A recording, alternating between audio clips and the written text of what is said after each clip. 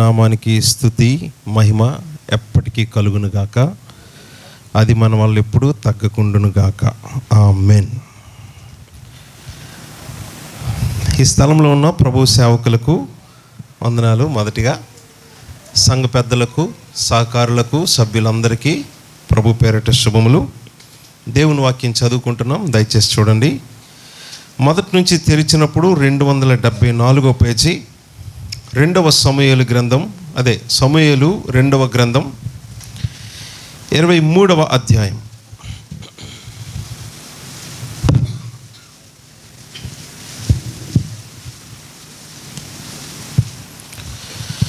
మనం చదువుకుంటున్నాం. బైబిల్స్ ఉన్నవాళ్ళు దయచేసి చూడండి, బైబిల్స్ లేని వారు శ్రద్ధగా ఆలకించండి.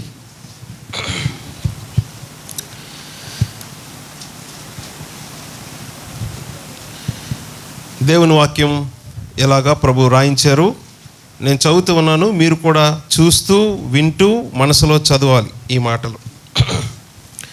కొన్ని చిన్న ప్రశ్నలు ఉన్నాయి. ఈ ప్రశ్నలతో మొదటిగా వాక్య భాగాన్ని చదువుతున్నాను. శ్రద్ధగా వింటూ ఆలోచిస్తూ సమాధానం కూడా మీరు చెప్పాలి. దావీదు రచించిన చివరి మాటలు ఇవే. యెష్షై కుమారుడగు దావీదు పలికిన దేవోక్తి ఇదే. ఎన్నిసార్లు చెప్పారు ఒకే మాట? ఏం మారలేదు, అదే మాట 2 సార్లు చెప్పారు. ఏంటి? దావీదు పలుకుతున్నారు.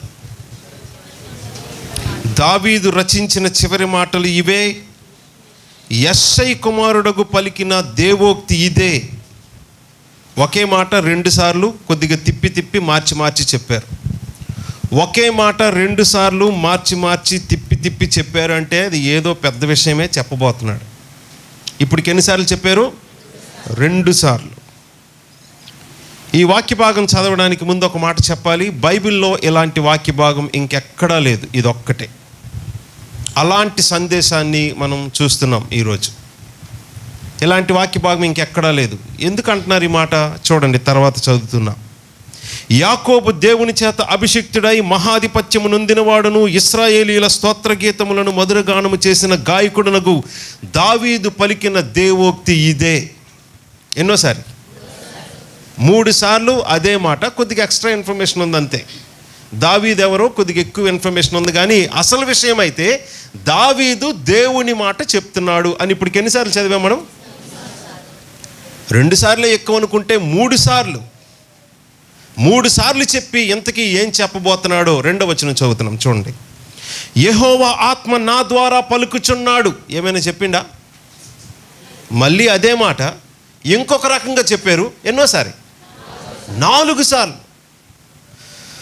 ఆయన గ్రంథంలో సున్న అయినా పొల్లు అయినా తప్పిపోదు. ఈ భూమి ఆకాశాలు గతించిపోతాయి, కానీ ఒక్క మాట కాదు, అసలు మాటలో ఒక సున్నైన పొల్లైనా తప్పిపోదు. అంటే ప్రతి మాటకి అంత విలువ ఉండేటప్పుడు అదే మాట తిప్పి తిప్పి 4 సార్లు చెప్పాడంటే ఎంత గొప్ప మాట చెప్పబోతున్నాడు, ఎంత ముఖ్యమైన మాట చెప్పబోతున్నాడు. చూడండి, చదువుతున్నాం 2వ వచనం 2వ భాగం. ఆయన వాక్కు నా నోట ఉన్నది. ఏమైనా చెప్పారా? మళ్ళీ సేమ్. అది కూడా ఏంటది? నేను మాట్లాడుతున్నది నా మాట కాదు, నా నోటి నుంచి వస్తున్న మాట దేవుని మాట, ఆయన మాట, ఆయన వాక్కు. 5 సార్లు. 5 సార్లు చెప్పబోతున్నాడు అంటే అది ఇంకా ఎంత 5 టైమ్స్ మోస్ట్ ఇంపార్టెంట్. దేవుని మాటే మోస్ట్ ఇంపార్టెంట్, అది కూడా 5 టైమ్స్. 3వ వచనం చదువుతున్నాం. ఇశ్రాయేలీల దేవుడు సెలవిచ్చుచున్నాడు. ఎన్నోసారి? 6 సార్లా? అరే, ఇన్నిసార్లు చెప్పాల్సిన అవసరం ఉంది అసలు? మాట్లాడుతున్నది దేవుడు, ఇశ్రాయేలీల దేవుడు. ఇది నా మాట కాదు, ఆయన వాక్కు నా నోట ఉంది. 6 సార్లా? అంటే అది ఎంత ఇంపార్టెంట్. చదువుతున్న ప్రతిసారి నేను అనుకున్నాను డబుల్ ఇంపార్టెంట్ కాదు, అది ఈవెన్ ట్రిపుల్ ఇంపార్టెంట్ అనుకుంటున్నామేమో. దానికి మించి ఎంత ఇంపార్టెంట్ అంటే 6 రెట్లు ఇంపార్టెన్స్ ఇచ్చి మాట్లాడుతున్నాడు. తర్వాత మాట 3వ వచనం 2వ లైన్ చదువుతున్నాం మనం, చూడండి దయచేసి. ఇశ్రాయేలీలకు ఆశ్రయదుర్గమగు వాడు నా ద్వారా మాట్లాడుచున్నాడు. 7 సార్లు. అందుకే ఈ మాట చెప్పా, బైబిల్లో ఇలాంటి వచనం, ఇలాంటి భాగం ఇంకెక్కడా లేదు. బైబిల్ అంతట్లో అతి ప్రాముఖ్యమైన వచనం. మీరు చెప్పమంటే ఏం చెప్తారు? అయితే మనకి తెలిసిన ఆ యోహాను సువార్త 3:16 లేకపోతే యోహాను సువార్త 1:1 లేకపోతే 23వ కీర్తన, మీరు ఏవైనా చెప్పొచ్చు. కానీ ఎంత గొప్పగా ఒక మైండ్ని ప్రిపేర్ చేసి దేవుడు ఒక మనిషికి ఇస్తున్న, లోకానికి ఇస్తున్న, తన రాజ్యానికి, కుటుంబానికి, రాజుగారు ఇస్తున్న చివరి మెసేజ్ 7 సార్లు రిపీట్ చేసి చెప్తున్నాడు, ఇది నాది కాదు, దేవునిది. బైబిల్లో ఉందంటేనే నాది కాదు, అది దేవునిది, దేవుడు రాయిస్తే వచ్చిన మాట అని ఇన్స్పిరేషన్ అనే సిద్ధాంతం బట్టి మనకు తెలుసు కదా. అలాంటిది 7 సార్లు చెప్పి ఆ నోట్ నుంచి వస్తున్న మాట ఏంటో, ఎంత ప్రాముఖ్యమైనదో ఇప్పుడు ఎలా వినాలో తెలుసా? 7 రెట్లు కాన్సన్ట్రేషన్, అటెన్షన్ ఇచ్చి వినాలి. ఇప్పుడు మనం చూడబోతున్న మెసేజ్ అదంతా చూడం, అందులో మొదటి లైన్ ఒక్కటే చూస్తాం. 7 సార్లు చెప్పి ఆయన నోటి నుంచి వస్తున్న దేవుని వాక్యం ఏదో, ఇశ్రాయేలీల పరిశుద్ధ దేవుడు మాట్లాడుతున్న మాట ఏంటో, ఇస్తున్న సందేశం ఏంటో, ఆ పరిశుద్ధాత్మ ఇస్తున్న సందేశం ఏంటో ఆ మొదటి వచనం ఒక్కటే చూస్తాం. 4 పదాలు. ఈ మాట మీ జీవితానికి ఎప్పటికీ మర్చిపోకూడదు. ఇది ఎంత ప్రాముఖ్యమైన సత్యమో 7 సార్లు ఆయన రిపిటేటివ్గా చెప్పిన దాన్ని బట్టే మీరు అర్థం చేసుకోండి. ఆయన నోటి నుంచి వస్తున్న ఆ ఒక్క మాట చూడండి. 4 పదాలు చదువుతున్నాం. 23వ అధ్యాయం 3వ వచనం 3వ లైన్ కాదు, 4వ లైన్. ఏమనుంది అక్కడ? మనుష్యులను ఏలు నొకడు పుట్టును. ఈరోజు ఈ ఉదయకాల సందేశం ఇదొక్కటే. మనుష్యులను ఏలు నొకడు పుట్టును. 4 పదాలు. ఒక ఆయన పుడతాడు, ప్రపంచమంతటిని పరిపాలిస్తాడు. ఇది మెసేజ్. ఈ మాట చెప్పడానికి దేవుడు 7 సార్లు రాయించారు ఆయనతో. ఈ మాట చెప్తున్నా అని 7 సార్లు చెప్పి నోటి నుంచి వచ్చిన మొదటి మాట ఏంటో తెలుసా? మనుష్యులనంటే మనిషి అన్న ప్రతి వాడిని, అంటే లోకమంతటిని పరిపాలించడానికి ఒక ఆయన పుట్టబోతున్నాడు. ఇదే ఈరోజు మెసేజ్. నమ్మొచ్చా నమ్మకూడదా? ఇంతకీ ఆ ప్రవచనం నెరవేరిందా నెరవేరలేదా? ఆ మనిషి పుట్టాడా లేదా? ఏమంటారు చెప్పండి? ఎప్పుడు పుట్టారు? క్రిస్మస్ రోజు. ఆ మనిషి ఎవరో మీకు తెలుసు. ఎవరైనా ఆ మనిషి? మనుష్యులను, అది ఆ పుట్టే ఆ మనిషి ప్రభు అయిన యేసుక్రీస్తు. ఇంతకీ ఈ ప్రవచనం నెరవేరిందా లేదా? బాగా ఆలోచించి చెప్పండి, నెరవేరిందా లేదా? మీరు ఆలోచించి చెప్పండి సార్, నెరవేరిందా లేదా? ఏమనుంది అక్కడ? మనుష్యులను ఏలు, అది 2 పదాలు. ఒకడు పుట్టును. ఇప్పుడు చెప్పండి, నెరవేరిందా? మీరు నెరవేరలేదని చెప్పినా తప్పే, నెరవేరిందని చెప్పినా తప్పే. ఎందుకంటే 2 పదాలే జరిగాయి, 2 పదాలు ఇంకా జరగలేదు. మనుష్యులందరినీ ఏలబోయేవాడు ఒక ఆయన పుడతాడు అనే ఈ 4 పదాల్లో ఆ పుట్టే ఆయన పుట్టాడు. మరి ఎందుకు పుడతాడని బైబిల్ చెప్తుందో, మరి అది నెరవేరిందా? ఆ పుట్టిన ఆయన ఈ లోకమంతటిని పరిపాలించడానికి పుడతాడని చెప్పబడింది. మరి ఆయన పరిపాలించాడా? మరి జరగలేదుగా. ఇంతకీ ఈ వచనం ఏం చెప్తుంది? ఈ ప్రవచనం నెరవేరిందా నెరవేరలేదా అంటే సగం నెరవేరింది, మిగతా సగం ఇంకా జరగలేదు. అక్కడున్న మాట ఏంటో తెలుసా? మనుష్యులను అంటే మనిషి అన్న ప్రతి వారిని, నమ్మిన వారిని కాదు, ఇజ్రాయేల్ని కాదు, కొంతమందిని కాదు. మీకు అర్థమవుతుందా? కేవలం విశ్వసించిన వారిని, క్రైస్తవులని, ఆయన నమ్ముకున్న వారిని, ఆయన ఎన్నుకున్న వారిని, అలా లేదు. మనుష్యులను అంటే ప్రపంచమంతటిని, మనిషి అన్న ప్రతి వారిని ఏలడానికి ఒక ఆయన పుడతాడు. పుట్టాడా లేదంటే ఆయన పుట్టాడు. మరి పుట్టినవాడు దేనికి పుడతాడని చెప్తుంది బైబిల్? మనుష్యులందరినీ పరిపాలించడానికి. మరి జరిగిందా? జరగలేదు. మరి ఇంతకీ జరుగుద్దా లేదా? ఎలా? ఏంటి మీ గ్యారెంటీ ఏంటి? గ్యారెంటీ ఏంటి? జరుగుద్దని చాలామంది చెప్తున్నారు. ఆ మిగతా సగం కూడా జరుగుద్ది అనడానికి మీ గ్యారెంటీ ఏంటి? ఏమంటారు మీరు? 7 సార్లు చెప్పారు. కాంటెక్స్లో 7 సార్లు చెప్పబడింది. ఆ చెప్పింది కూడా అది కేవలం దావీదు కాదు. దావీదు చెప్పిన ఆ మాట దేవుని మాట, ఇశ్రాయేలీయుల పరిశుద్ధ దేవుడైన యెహోవా మాటది. కాబట్టి ఇదిగో వినండి మాట ఒకసారి. ఇక్కడ ఉన్న ఈ ప్రవచనం ఖచ్చితంగా ఈ మిగతా సగం కూడా నెరవేరుద్ది అనడానికి ప్రూఫ్ మీకు ఉండాల్సిన ఒబీడియన్స్, లాజిక్, ఎవిడెన్స్, లాజిక్ ఏదైనా మీరు చెప్పినా కానీ ఒక సగం జరిగిందిగా కాబట్టి మిగతా సగం జరుగుద్ది, ఆ లాజిక్ కూడా వెళ్ళకూడదు. చెప్పిందెవరు? ఎన్నిసార్లు చెప్పి మరి ఈ మాట చెప్పాడు? దాన్ని బట్టి ఖచ్చితంగా జరగాల్సిందే. మరి జరిగింది ఏం జరిగింది? కేవలం ఆయన పుట్టడమే జరిగింది, అన్యాయంగా చంపబడడం జరిగింది. మరి పుట్టినవాడు లోకమంతటిని పరిపాలించాలని అదే 4 ఒకే స్టేట్మెంట్, సింగిల్ స్టేట్మెంట్, 4 పదాలు. అందులో ఈ రోజు వరకు 2 నెరవేరలేదు. నెరవేరుద్దా లేదా అంటే తిరుగు లేకుండా నెరవేరుద్ది. దానికి గ్యారంటీ ఎవరు? ఇదిగో గ్యారంటీ, ఈ మాటలు రాయిస్తున్న దేవుడు.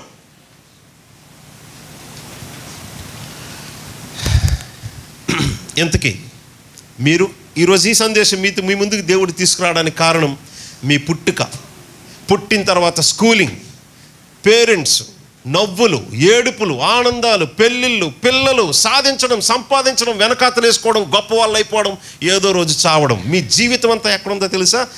70 సంవత్సరాలు కావచ్చు, 80 సంవత్సరాలు కావచ్చు, మీ జీవితం అంతా ఎక్కడుందో తెలుసా? సరిగ్గా ఈ 4 పదాల మధ్యలో ఉంది. ఆయన పుట్టుకకు, ఈ లోకాన్ని ఆయన తీర్పు తీర్చి ఏలడానికి రాబోతున్న 2వసారికి మధ్యలో ఉంది మీ లైఫ్.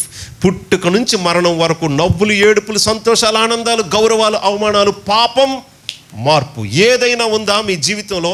అదంతా ఉన్నది సరిగ్గా ఈ 4 పదాల మధ్య. ఆయన పుట్టుకకు, ఆయన వచ్చి ఈ లోకాన్ని ఏలటానికి రాబోతున్న 2వ రాకడకు మధ్యలో మన రాకడ, మన జీవితం. ఇక ఇప్పుడు అర్థమవుతుందా ఒక మనిషి యొక్క జీవితం యొక్క ప్రాముఖ్యత ఏంటి? ఒక మనిషి ఎందుకు పుట్టాడు? The very purpose of life. ఒక మానవుడికి ఏమిటి అంటే, ఇక్కడ కూర్చున్న మీ అందరికీ తిరుగులేని సత్యం, అసలు మీరు పుట్టింది, ఏడ్చింది, నవ్వింది, ఇంతకాలం పెరిగింది, భయము, సంతోషం, గౌరవం, సంపాదన, జ్ఞానం ఒకటి కాదు. మీ జీవితంలో ఉన్న ప్రతిదీ ఎవరి కోసం మీకు అర్థమవుతుందా? దేనికోసం అర్థమవుతుందా? ఎవరి కోసం?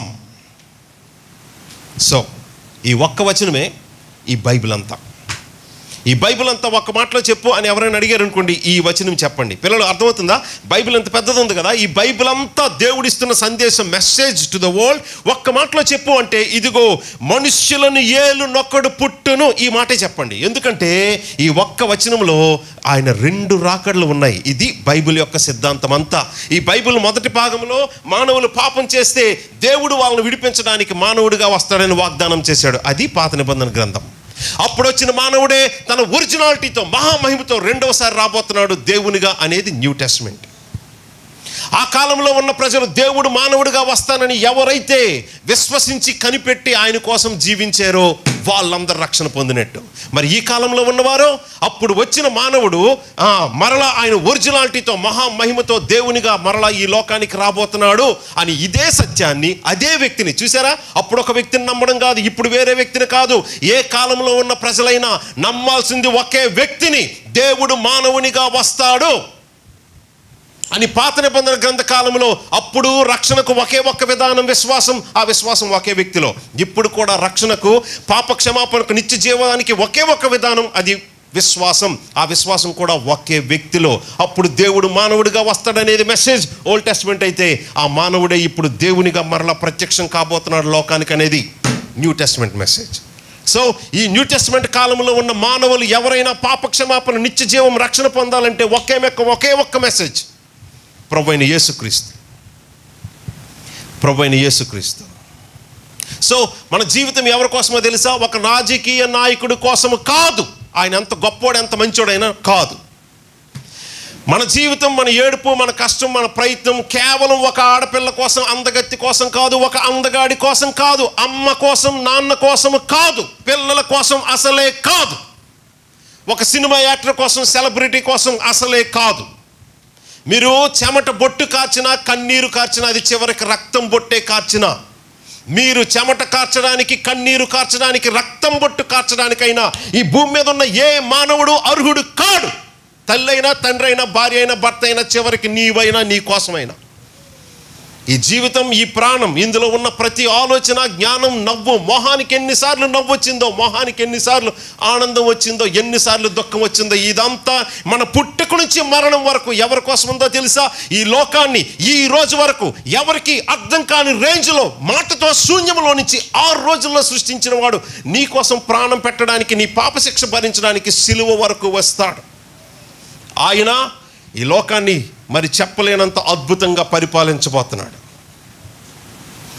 అందుకు జీవితం, ఈ జీవితంలో ఉండాల్సిన మాట, మెసేజ్ ఒకటే ఈయన కోసం.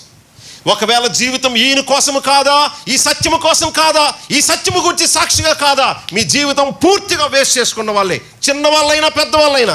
హీరోస్ వినండి మాట. ఒకవేళ ఈ సత్యము కోసం కాదా, ఈ వ్యక్తి కోసం కాదా మీ జీవితం సాక్ష్యంగా ఉండాల్సింది, అడ్డదిడ్డంగా జీవితాన్ని పాడు చేసుకుని వేస్ట్ చేసుకున్న వాళ్ళే. ఈ సత్యము కోసం, ఈ సందేశం దేవుడు తాను ప్రేమించిన ప్రజలకే తెలియచేశాడు. అరే, ఈ బైబిల్ ప్రపంచంలో ఎంతో కాలంగా తన చేతిలో ఉంది, ఎంతోమంది చదువుతున్నారు, కానీ ఈ సత్యం ఎవరికి అర్థమైంది? కానీ ఈ సత్యాన్ని తన ప్రేమతో, ప్రత్యేకమైన కృపతో మీకు తెలియచేసింది. ఎందుకంటే అందరూ జీవిస్తున్నట్లు కాదు మీ జీవితం. 20 సంవత్సరాలు డిగ్రీ అయిపోవాలి, 25 సంవత్సరాలకి ఉద్యోగం వచ్చేయాలి, 30 సంవత్సరాలకి పిల్లలు అయిపోవాలి, 35 సంవత్సరాలకి ఇల్లు కట్టాలి, ఇంకా ఆ ఇల్లుకున్న అప్పు తీర్చడానికి 50-60 సంవత్సరాలు అంచే స్ట్రోక్ వచ్చి చచ్చిపోయి నరకానికి వెళ్ళిపోవాలి. జీవితం ప్రపంచంలో ఎవరైనా దీనికే జీవిస్తాడు, కానీ మీరు దానికోసం కాదు. మీరు వేరు. కూర్చోబెట్టి మరి ఎంతో మంది సేవకులను తీసుకొచ్చి మరి పదే పదే యేసుక్రీస్తు గురించి చెప్పడానికి దేవుని యొక్క ఉద్దేశం జీవితం మీకోసం కాదు సార్. వాళ్ళ కోసం వాళ్ళు జీవించే వాళ్ళు ఎంతోమంది ఉన్నారు. వాళ్ళ గౌరవాల కోసం, గొప్పల కోసం నేనేంటో ప్రపంచానికి ప్రూవ్ చేయాలి అని ఒక తెలియని, ఒక పిచ్చి, ఒక విగ్రహంతో అదే కష్టం, అదే ఏడుపు, అదే ప్రయత్నం, ఇంకా దానికోసం ఏవైనా చేసి చివరికి వాళ్ళు అనుకున్నవి ఏవి జరగకపోతే ఎన్నో జీవితంలో అనుకున్నాం, ఏమీ జరగలేదు అని ఆత్మహత్యలు చేసుకున్న వాళ్ళు కొంతమంది. ఆ బాధ మర్చిపోవడానికి మందు తాగి ప్రశాంతంగా నిద్రపోవడానికి మందుకు బానిసలు అయిపోయిన వాళ్ళు కొంతమంది. రాత్రి ఎంత టైం అయినా పిల్లలు ఇంటికి వస్తారని చూస్తుంటే ఇంటికి రారు. ఎక్కడుంటారు? ఫ్రెండ్స్తో ఉంటారు. ఎందుకు? గడిసేపు జోకులు వేసుకొని ఫ్రెండ్స్తో నవ్వుకుంటే ఈ బాధ మర్చిపోయి ఇంటికి వెళ్ళి పడుకోవచ్చు. బాధ ఏంటో తెలుసా? చిన్నప్పటి నుంచి ఎన్నో కలలు కన్నాం, ఎంతో ఆశించాం, ఇది అవ్వాలి, ఇది చేయాలి, ఇది సాధించాలి, ఇది పొందుకోవాలని ఎంతో ప్రయత్నించాం, ఏమీ జరగలేదు. ఇంటికి వెళ్తే నిద్ర రాదు, ఇంట్లో వాళ్ళ మొహం చూసుకొని మనం తిట్లు గాయాలి. వాళ్ళకి అర్థమైనట్లు నా పరిస్థితి చెప్పలేను. సాధారణమైన యవ్వనస్తుల పరిస్థితి ఇది. అందుకు రాత్రి ఎంతసేపు అయినా స్నేహితులతో కలిసి మాట్లాడుకుంటారు, లేకపోతే టీవీలకో సినిమాలకు అంకితం అయిపోతారు, లేకపోతే తాగుడికి, లేకపోతే ఆత్మహత్య. జీవితం మీరు అనుకుని మీరు కలలు కనే దానికోసం కాదు. దేవుడు he has a great dream అనకూడదు. God doesn't dream. దేవుడు కలలు కన్న విషయం తెలుసు. బట్ ఈ సెన్స్లో ఆ మాటకు అర్థం ఏంటంటే he has a great desire, great plan for this world. ఈ లోకం పట్ల ఆయనకి గొప్ప ప్రణాళిక ఉంది. ఆ ప్రణాళికలో నీవు కూడా ఒక సైనికుడివి, సేవకుడు. అందుకోసం అనేకమైన సేవకులతో మీకు జీవితానికి అనేకమైన దెబ్బలు, భయాలు, సమస్యలు, అవమానాలతో మీ మనసు మార్చడానికి దేవుడు చేసే ప్రయత్నమే దేవుని సేవ. ఆ సేవలో ముఖ్యమైన భాగమే భయం, ఫెయిల్యూర్, సేమ్, కష్టం, బాధ, రోగం, సంతోషాలు కూడా. మీరు వెళ్తున్న మార్గం అది కాదు. నువ్వు దానికోసం కాదు, దీనికోసం. నీ మైండ్కి ఎంతసేపు నీ తల్లిదండ్రులు చెప్పిన మాట, అరే మన ఇంటి పేరు నిలబెట్టాలి, మన తాత పేరు నిలబెట్టాలి అని ఈ మాటలన్నీ విని, మన కులం పేరు నిలబెట్టాలి, ఈ మాటలన్నీ విని నువ్వు చిన్నప్పటి నుంచి మోటివేట్ చేయబడింది దేనికంటే ఒక మంచి గవర్నమెంట్ ఉద్యోగం వచ్చేయాలి, మంచిగా ఇల్లు కట్టుకోవాలి, నువ్వు ఒక కారు కొనుక్కొని అది మనకి గర్వం, అది అతిశయం. దానికోసం కాదు. దానికోసం బతికే వాళ్ళ లోకంలో చాలామంది ఉన్నారు. మీరు ప్రత్యేకం దేవుని కోసం. ఈ లోకాన్ని ఈ రోజు వరకు ఎవరికీ అర్థం కాని రేంజ్లో మాటతో శూన్యంలో నుంచి 6 రోజుల్లో సృష్టించిన వాడు మీకు పని ఇచ్చాడు, మనకు పని ఇచ్చాడు. దానికోసం మీరు హెలికాప్టర్ అడిగినా ఏం ఎక్కువ కాదు, అది తక్కువే. ఈ దేవుడు ఎవరో, ఆయన చిత్తం ఏంటో తెలిసిన వాళ్ళు గడిసేపు ఆ సూర్యుడు అస్తమించకుండా ఆపేయి మన ప్రార్థన చేస్తే ఆపేశాడు. ఈ దేవుడైన యెహోవా అంతకు ముందు కానీ ఆ తర్వాత కానీ ఎంత పెద్ద ప్రార్థన ఆలకించిన సందర్భమే లేదంటే ఈ రోజు మీరు జీవితంలో ఏది అడిగినా అంతకంటే చిన్నదే, అంత పెద్దదే చేసిన వాడు అంతకంటే చిన్నది మరి గ్యారంటీగా చేస్తాడు. బట్ ఉండాల్సిన మైండ్ ఏంటో తెలుసా? నా కోసం కాదు, ఇదిగో నీవు నన్ను ఈ భూమి మీద ఇంత పుట్టించి ఎన్నో ఏడుపులు, ప్రమాదాలు, రోగాలు, యాక్సిడెంట్లు వాటన్నిటి నుంచి తప్పించి ఈ రోజు వరకు నాకు ఆయుష్షు, ప్రాణం ఇచ్చి ఇంకా కూర్చోబెట్టి ఫ్యాన్ కింద కూర్చోబెట్టి బిర్యానీ పెట్టి నాతో మాట్లాడుతున్నా అంటే ఇంకా నేను నా హృదయంలో ఉన్న విగ్రహం కోసం కాదు నేను జీవించాల్సింది, నీ కోసం.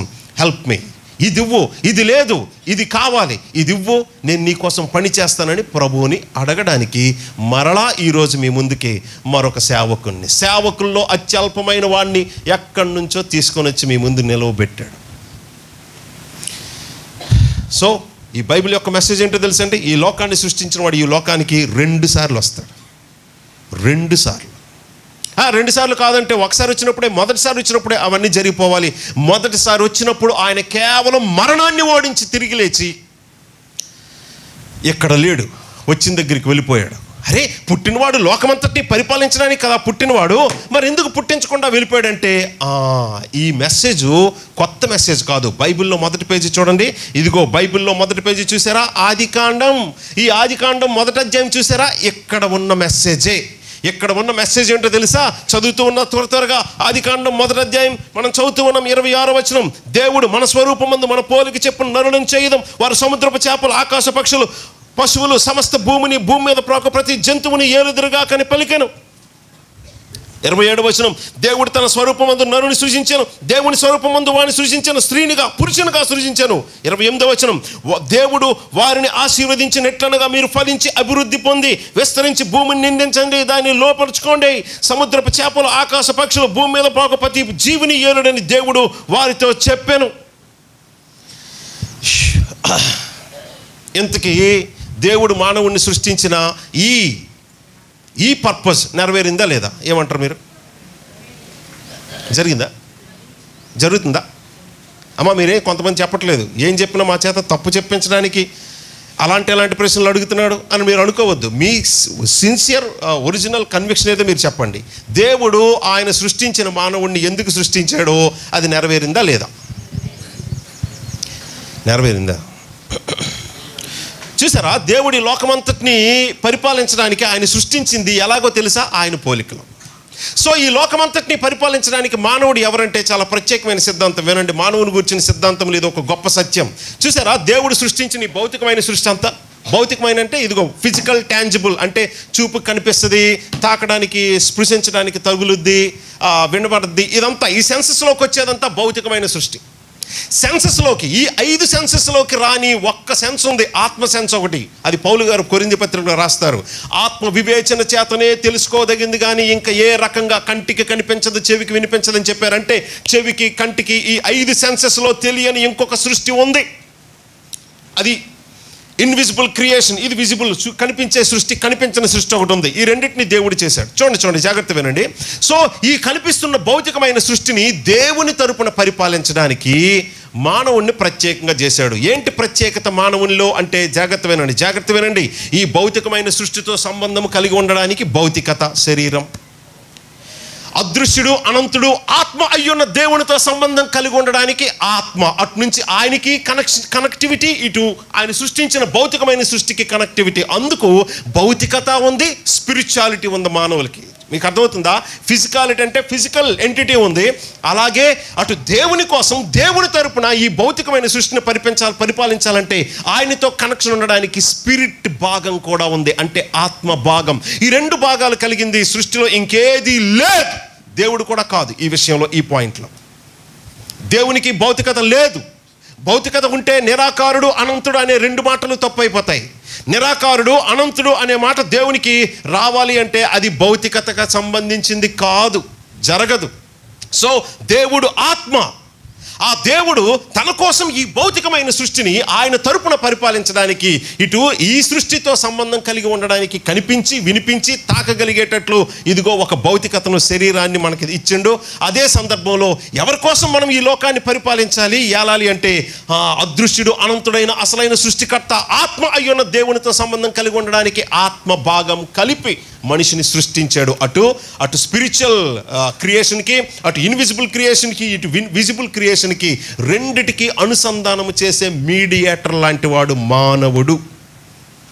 సో మీరు ఈ లోకంలో ఎన్నో జంతువులు ఉన్నాయి, వాటిలాగే పుట్టి తింటాం, ఆనందిస్తాం, పిల్లలకి అంటాం, చచ్చిపోతాం, మట్టిలో కలిసిపోతాము. కాదు, ఇది తప్పు, ఇది అబద్ధం. Man is not at all A social animal. Social animal అని సోషల్ టెక్స్ట్ బుక్లో ఉంటుంది. మొదటి పేజీ ఫస్ట్ లెసన్లో మానవుడు ఎవరు అంటే వాడొక సోషల్ యానిమల్ అని. సాంఘిక జీవి కాదు, చెప్పలేనంత ఎక్కువ.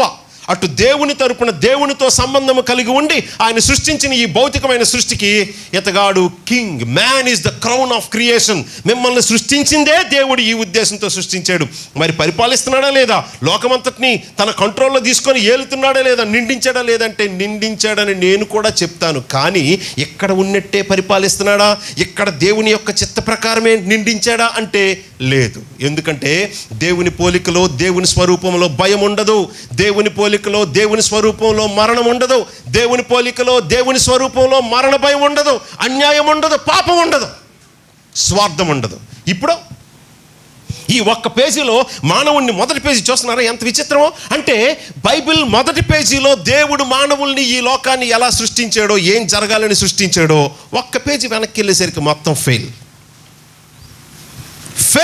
అంటే ఈ God of the Bible failed in the very first page of the Bible. మొదటి బైబిల్ పేజీకే ఈ బైబిల్ దేవుడు ఫెయిల్ అయిపోయాడు అనే మాట వస్తుంది లాజికల్గా ఆలోచిస్తే. ఆయన ఈ లోకాన్ని మానవుల్ని ఏం కావాలని సృష్టించాడో, అరే మొదటి పేజీలో ఆయన అనుకున్నది జరగలేదు, ఇంకా మనం అనుకున్నది ఇంకేం చేస్తాడు ఈ ఫెయిల్యూర్ దేవుడు? ఆయన కోరిక ఆయన నెరవేర్చుకోలేకపోయాడు, ఇంకా మన కోరిక ఆయనే నెరవేరుస్తాడు. ఇదేనా లాజిక్ అర్థం అవ్వాల్సింది? ఆయనకి ఫెయిల్యూర్ ఉండదు, కానీ మీ చేతిలో పెట్టారు కాబట్టి మీరు ఫెయిల్ చేశారు ఆయన యొక్క ఉద్దేశాలు. But you know God never fails. ఈ బైబిల్ ఏ దేవుని గురించి సాక్ష్యం ఇస్తుందో ఆయనకి ఫెయిల్యూర్ ఉండదు. ఆయన ఒకటి అనుకున్నాడంటే ఖచ్చితంగా చేసి తీరుతాడు. మీ చేతిలో పెడితే మనం పాడు చేసాం, పాపం చేసి అన్యాయాన్ని, స్వార్థాన్ని, భయాన్ని, మరణాన్ని తెచ్చుకున్నాం. వీటితోనే ఈ లోకాన్ని పరిపాలిస్తున్నాం. ఏమనంటే ఆదికాండం 1వ అధ్యాయం నెరవేరిపోతుంది, జనాలు పెరిగిపోతున్నారు కదా, ఈ లోకం అంతటిని నిండించి రూల్ చేస్తున్నారు కదా అనుకుంటాం. నో, దేవుని పోలిక చెప్పున రూల్ చేయాలి. దేవుని పోలికలో అన్యాయము కానీ, పాపము కానీ, స్వార్థము కానీ, భయము కానీ, మరణము కానీ ఉండదు. కాబట్టి ఈ మొదటి పేజీలో దేవుని యొక్క వాక్యం ఈ రోజు వరకు భూమి మీద నెరవేరకపోవడానికి కారణం మనుషులమైన మనమే. దీన్ని దేవుడు మరలా ఎలా రిస్టోర్ చేయబోతున్నారో తెలుసండి. దేవుని స్వరూపములో స్వార్థము కానీ, అన్యాయము కానీ, పాపము కానీ, భయము కానీ, మరణము కానీ లేకుండా ఈ లోకాన్ని మానవుల చేత పరిపాలించలేకపోతే ఈ దేవుడు ఎప్పటికీ ఫెయిల్యూర్గా ఉండిపోతాడు. But that is not the end of the Bible. అది కాదు బైబిల్ యొక్క ముగింపు. బైబిల్ యొక్క ముగింపు ఏంటో తెలుసా? ఈ మానవుల మీదకి మరణం వచ్చింది, దానికి కారణం పాపం. ఈ పాపము నుంచి, దానికి పర్యవసానమైన శాపము నుంచి, దానికి పర్యవసానమైన భయం నుంచి, మరణము నుంచి, నిత్య నరకము నుంచి ఈ మానవులను మొదటగా రెస్టోర్ చేయాలి. అలాగా వీరిని మరణము నుంచి, పాపము నుంచి వాళ్ళని విడిపించిన తర్వాత ఇదే భూమి మీద మరణించడానికి అమ్మ వినండి ప్లీజ్, బైబిల్ యొక్క అసలైన సిద్ధాంతం మెయిన్ థీమ్ ఇది. ఈ థీమ్లో మనం ఉన్నాం, ఈ మెసేజ్లో మనం ఉన్నాం, ఈ గ్రేట్ టాస్క్లో మనం ఉన్నాం, ఈ మిషన్ మీద మనం ఉన్నాం. వినండి, శ్రద్ధగా ఆలకించండి. ఈ భూమి మీద మానవ జీవితం ఎందుకు అంటే ఈ లోకాన్ని దేవుని తరపున ఆయన స్వరూపంలో పరిపాలించడానికి. కానీ దేవుని స్వరూపాన్ని పాడు చేసుకొని మరణాన్ని, పాపాన్ని, అన్యాయాన్ని తెచ్చుకున్నాం. మరి దేవుడు అలాగే ఈ లోకాన్ని నాశనం చేసి తీర్పు తీర్చిస్తే దేవుడు మొదటి పేజీకే ఫెయిల్ అయిపోయాడనే మాట నిత్యం ఉండిపోతుంది. నో, దేవునికి ఫెయిల్యూర్ ఉండదు. కాబట్టి ఆయన యొక్క చిత్తాన్ని మరలా రెస్టోర్ చేయడానికి మానవులందరూ ఏ పాపానికి, మరణానికి, నిత్య నరకానికి బానిసలు వెళ్ళిపోవడానికి రెడీగా ఉన్నారో దానంతటిని ఓడించి మరలా పాపము లేని, పాపరహితమైన, మరణము లేని, రహితమైన దేవుడు మొదటగా సృష్టించినప్పుడు ఏ ఎబిలిటీస్తో సృష్టించాడో అలాంటి పరిశుద్ధులుగా, మరణము లేని వారుగా, అమర్చులుగా చేసి ఈ లోకాన్ని మరలా పరిపాలించబోతున్నాడు. ఈ లోకాన్ని మానవుల కింద పెట్టబోతున్నాడు. ఇది మెసేజ్. సో ఇలా చేయాలంటే మనకున్న సమస్య ఏంటి? మరణం. ఏదో ఒక రోజు వస్తుంది, ఎక్కడి నుంచి ఎగిరిపోతాం. నో, వీళ్ళు ఎగిరిపోవడానికి వీలు లేదు. ఎగిరిపోయినా తిరిగి మరణాన్ని జయించి మరలా వచ్చి ఈ లోకాన్ని పరిపాలించినట్లు మానవుల చేత మరణము లేకుండా, పాపము లేకుండా, స్వార్థము లేకుండా దేవుని పోలికలో ఈ లోకాన్ని మానవులు పరిపాలించేటట్లు మొదటి పేజీ ఆఫ్ ద బైబిల్లో దేవుడు ఏ నిర్ణయం నిర్ణయించారో ఆ నిర్ణయం ప్రకారం మనుషులు మరలా తిరిగి పరిశుద్ధులు అవ్వాలి, పాపము లేని వారు అవ్వాలి, మరణం, రోగం లేని వారు అవ్వాలి, దుఃఖం, ఏడుపు, స్వార్థం, పాపం లేని వారు అవ్వాలి. అలాగా మనుషుల్ని ఎవరినైతే ఇప్పుడు ఆయన ప్రేమతో మారుస్తూ, మాట్లాడుతూ, జీవితాన్ని మారుస్తూ ఉన్నాడో వాళ్ళందరినీ తిరిగి లేపి మరలా రెండవసారి ఆయనతో పాటు తీసుకొని వచ్చి ఆయన రెండవసారి లోకానికి వచ్చినప్పుడు పరిశుద్ధులందరినీ వెంట పెట్టుకొని వచ్చును అని మనం పాటల్లో పాడుతున్నామే. ఎందుకు తీసుకొని వస్తాడో తెలుసా? పరిశుద్ధులందరినీ, పరిశుద్ధ ఈ లోక రాజ్యాన్ని మరలా మానవుల చేతిలో పెట్టబోతున్నాడు. అలాగా బైబిల్లో మొదటి పేజీ ఫుల్ఫిల్ అవుతుంది. అలాగ బైబిల్లో మొదటి పేజీ అంటే దేవుడు మానవుల్ని ఎందుకు సృష్టించారో ఆ ప్రకారం నెరవేరాలంటే మానవులు ఈ మధ్యలో తెచ్చుకున్న పాపరోగాన్ని, శాపాన్ని, దుఃఖాన్ని, ఏడుపుని, భయాన్ని, మరణాన్ని మొత్తం తీసివేయాలి. అలా తీసివేయడానికి వినండి మాట, అలాగే ఏ దేవుడైతే నిజంగా ఈ లోకాన్ని సృష్టించాడో మనందరం వెళ్ళిపోతున్న ఆ నిత్య నాశనం, అగ్నిగుండం, నరకము నుంచి, మరణము నుంచి, మరణ భయము నుంచి మనల్ని విడిపించాలి. అలా విడిపించడానికి మరి ఏ దేవుడు ఏం చేశాడు అనేది ఒకే ఒక్క ప్రశ్న. ప్రపంచానికి ఏ మాత్రం సిగ్గుపడకుండా, ప్లీజ్ వినండి పిల్లలు, ప్రపంచానికి ఏ మాత్రం సిగ్గుపడకుండా, భయపడకుండా ఫుల్ కాన్ఫిడెన్స్తో నీ పేరేంటంటే ఏ మాత్రం అనుమానం లేకుండా మీ పేరు చెప్తారో, మీ నాన్న ఎవరు, మీ అమ్మ ఎవరంటే ఏ మాత్రం అనుమానం లేకుండా మీ తల్లిదండ్రుల పేర్లు చెప్తారో, అంతకంటే ఎక్కడ లేని కాన్ఫిడెన్స్తో చెప్పొచ్చు లోకానికి ఈ సందేశం. సృష్టికర్త నిజంగా ఈ లోకానికి ఎవరంటే ప్రభువైన యేసుక్రీస్తే. ఎలా చెప్తున్నావు? దేవుడి లోకానికి ఎన్నో రుజువులు ఇచ్చాడు. అందులో ఒకటి నా జీవిత కాలంలో చూసింది. నేను శ్రీకాకుళంలో పుట్టి పెరిగా. మా ఊరి పక్కనే జస్ట్ ఒక పల్లెటూరు ఉంటుంది 10 కిలోమీటర్ల దూరంలో. దాదాపు ఉదయం 11:30-12 గంటలప్పుడు చిన్న అగ్ని ప్రమాదం జరిగింది. హీరో ఇటు విను. ఉదయం 11-12 గంటల సమయంలో అగ్ని ప్రమాదం జరిగింది. ఒక 10-12 ఇల్లులు కాలిపోయినాయి, ఫుల్గా కాలిపోయినాయి. ఈలోగా సిటీ దగ్గరే కదా, టౌన్ దగ్గరే కాబట్టి ఆ ఫైర్ ఇంజిన్ అవి వచ్చి మొత్తానికి పెద్ద ప్రమాదం జరగకుండా ఆపేశారు. అవన్నీ పూరిళ్ళు, కమ్మలు వాటితో వేసే ఇల్లు. సో శ్రీకాకుళం మెయిన్ టౌన్ పక్కనే కాబట్టి సాయంత్రం 3-4 సమయానికే ఆ రెవెన్యూ అధికారులు వచ్చారు. ఒక్కొక్క వివరాలు రాసుకుంటున్నారు. న్యూస్ పేపర్లు వచ్చారు. ఒక్కొక్క ఇంట్లోకి వెళ్ళి ఆ ఇల్లు అప్పటికే పూర్తిగా కాలిపోయింది. కేవలం మొండి గోడలు, నల్లగా బొగ్గులు అయిపోయి గోడలు ఉన్నాయి. ఇంకా టాప్ ఇంకేమీ లేదు, మొత్తం కాలిపోయి కింద పడిపోయింది. ఇంట్లో ఉన్న వస్తువులన్నీ కాలిపోయినాయి. ఎక్కడ చూస్తే అక్కడ మొత్తం బొగ్గులు అయిపోయి ఉన్నాయి. ఒక్కొక్కరి ఇంట్లోకి వచ్చి ఆ ఇల్లు ఎవరిది, ఇంట్లో ఎంతమంది ఉంటారు, ఎంత ఆస్తి నష్టం జరిగింది వివరాలు రాసుకుంటూ ఉన్నారు రెవెన్యూ అధికారులు. అక్కడ వచ్చిన ఈ పేపర్ వాళ్ళు కూడా ఉన్నారు, న్యూస్ వాళ్ళు. ఒక ఇంట్లోకి వెళ్ళి వివరాలు అడుగుతూ ఉంటే కోడి పిల్లల శబ్దం వినిపిస్తుంది. కోడి పిల్లలు కిచకిచలాడుకున్న శబ్దం. ఈ శబ్దం ఎక్కడి నుంచి వస్తుంది? ఆ పల్లెటూరు కదా, బయట నుంచి కోడి పిల్లల శబ్దం అనుకున్నారు. కానీ అది ఇంట్లో నుంచే వస్తుంది ఆ శబ్దం. బయట నుంచి కాదు సార్, ఇక్కడి నుంచే సార్ అంటున్నాడు అక్కడ అటెండర్ ఆయన. అరే మొత్తం అంతా ఇలా ఉంది, అసలు కోడి పిల్లలు ఎక్కడి నుంచి శబ్దం చేయడం ఏంటి అనుకుంటున్నారు వాళ్ళు.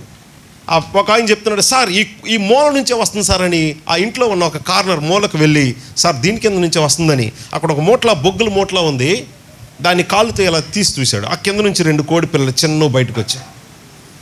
ఆ తర్వాత వాళ్ళు చూసి నిజంగా ఒక క్షణానికి ఎవరు మాట్లాడలేకపోయారు. దానిపైన ఉన్న ఆ బొగ్గుల మూటలో ఉందే, అది ఇలా పడింది కదా, పడిన తర్వాత తెలిసింది అది తల్లి కోడి పెట్ట.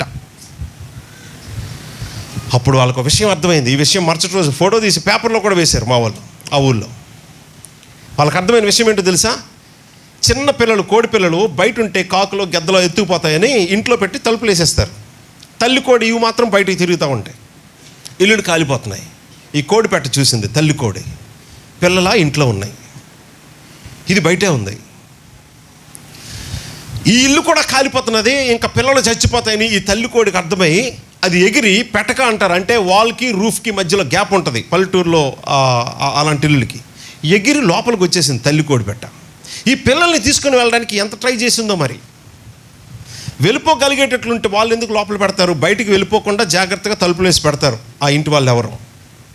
ఎంత ప్రయత్నం చేసిందో తల్లి కోడి పెట్ట పిల్లల్ని బయటికి తీసుకొని వెళ్ళే అవకాశం లేదు. ఇది ఎగిరి బయటకు వచ్చేయగలదు, పెద్దది కాబట్టి చిన్న హైట్ ఎగరగలదు ఇది. మరి ఇది ఎగిరి బయటకు వచ్చి ప్రాణాలు కాపాడుకోగలదు. మరి పిల్లల సంగతి ఏంటి? పిల్లల్ని విడిచిపెట్టి బయటికి రాలేక, బయటికి ఇది వచ్చి బతికేగలదు కానీ పిల్లల్ని విడిచిపెట్టి బయటికి రాలేక ఆ కోడి పిల్లల్ని ఒక మూలకు తీసుకొని వెళ్ళిపోయి రెక్కల కింద పెట్టేసుకొని అలాగే ఉండిపోయింది. ఆ రూఫ్ కాలింది, ఆయన పైన పడుతూ కాలిపోయినవన్నీ కింద పడుతూ ఉన్నాయి, వస్తువులన్నీ కాలిపోతూ ఉన్నాయి. అలాగే దీని మీద కూడా ఏదో పడింది, దీని పైన ఉన్న రెక్కలు ఏకలు కాలిపోతున్నాయి, తర్వాత శరీరం కాలిపోతుంది. మనమే చూసాం ఆ వాట్సాప్ వచ్చిన కొత్తల్లో ఎంతోమంది రకరకాల వీడియోలు షేర్ చేసుకునేవారు. ఆత్మహత్యలు చేసుకోవడానికి కిరోసిన్ పెట్రోల్ వేసుకొని వాళ్ళ మట్టుకు వాళ్ళు తగలేసుకున్నారు. వాళ్ళని ఎవరో చంపలేదు, వాళ్ళ మట్టుకు వాళ్ళే పెట్రోల్ వేసుకొని నిప్పు పెట్టుకొని చనిపోతున్నారు. ఆత్మహత్యలు చేసుకున్న వీడియోలు చూసాం. మరి నేనైతే చూసిన వాళ్ళ మట్టుకు వాళ్ళే చనిపోవాలని అదేదో తగలబెట్టుకున్న వాళ్ళు వెళ్ళు కాలిపోతున్నప్పుడు ఇలా నిల్చొని మాట్లాడొచ్చుగా. ఒళ్ళు కాలిపోతున్నప్పుడు వాళ్ళ మట్టుకు వాళ్ళే నిప్పంటించుకున్నారు. ఒళ్ళు కాలిపోతున్నప్పుడు ఎవ్వరూ కదలకుండా, గెంతకుండా, అరవకుండా, ఏడవకుండా, కింద పడి పొరలకుండా ఉండలేరు. అలా శరీరము కావాలని కాల్చుకొని చనిపోతున్న వాళ్ళే గెంతకుండా, అరవకుండా, కేకలు వేయకుండా, అటు ఇటు పొరలకుండా ఉండలేకపోయారు కదా. అలాంటిది ఈ చిన్న కోడి పెట్ట తన శరీరం అలా కాలిపోతూ ఉంటే కనీసం కదలలేదు. కదిలితే ఏమవుద్దో, ఆ బాధ భరించలేక అక్కడి నుంచి ఎగిరి గెంతితే ఏమవుద్దో దానికి తెలుసు. అది అక్కడి నుంచి లేస్తే తన పిల్లలు కూడా అగ్నికి ఎలా చచ్చిపోతాయో అని అలాగే ఉండిపోయింది. అలాగే ప్రాణం పోయింది. పైనున్న భాగం అంతా బొగ్గైపోయింది కానీ లేవలేదు. ఏమిటి వింత, ఏమిటి అద్భుతం! కోడి పిల్లలు తన పిల్లల పట్ల కోడికే ఇంత త్యాగమా, ఇంత ప్రేమ! చనిపోతానని తెలిసి ఒళ్ళు కాలిపోతూ ఉన్న స్టిల్ అలాగే ఉంది కానీ ఈ మాత్రం కూడా కదలకుండా అని ఎంతో వింతగా పేపర్లో వేశారు. కానీ ఇదిగో ఈ విషయం చదివిన వాళ్ళందరూ ఒక ప్రశ్న రావాలి. ఆ ప్రశ్న అడుగుతున్నా. ఈ ప్రశ్న మీరు మీ స్నేహితులకు అడగండి, జెన్యూన్గా అడగండి. ఏం ఆన్సర్ చెప్తారో. ఈ కోడి పెట్టను పుట్టించిన దేవుడు ఎవరై ఉంటారు చెప్పండి రా బాబు అని అడగండి. ఈ కోడి పెట్టను పుట్టించిన దేవుడే ప్రాణికోటంతటికి దేవుడై ఉంటాడు. ఖచ్చితంగా ఈ లోకానికి ఆయనే సృష్టికర్త ఉంటాడు. ఈ కోడి పెట్టని పుట్టించిన దేవుడు ఎవరై ఉండొచ్చు?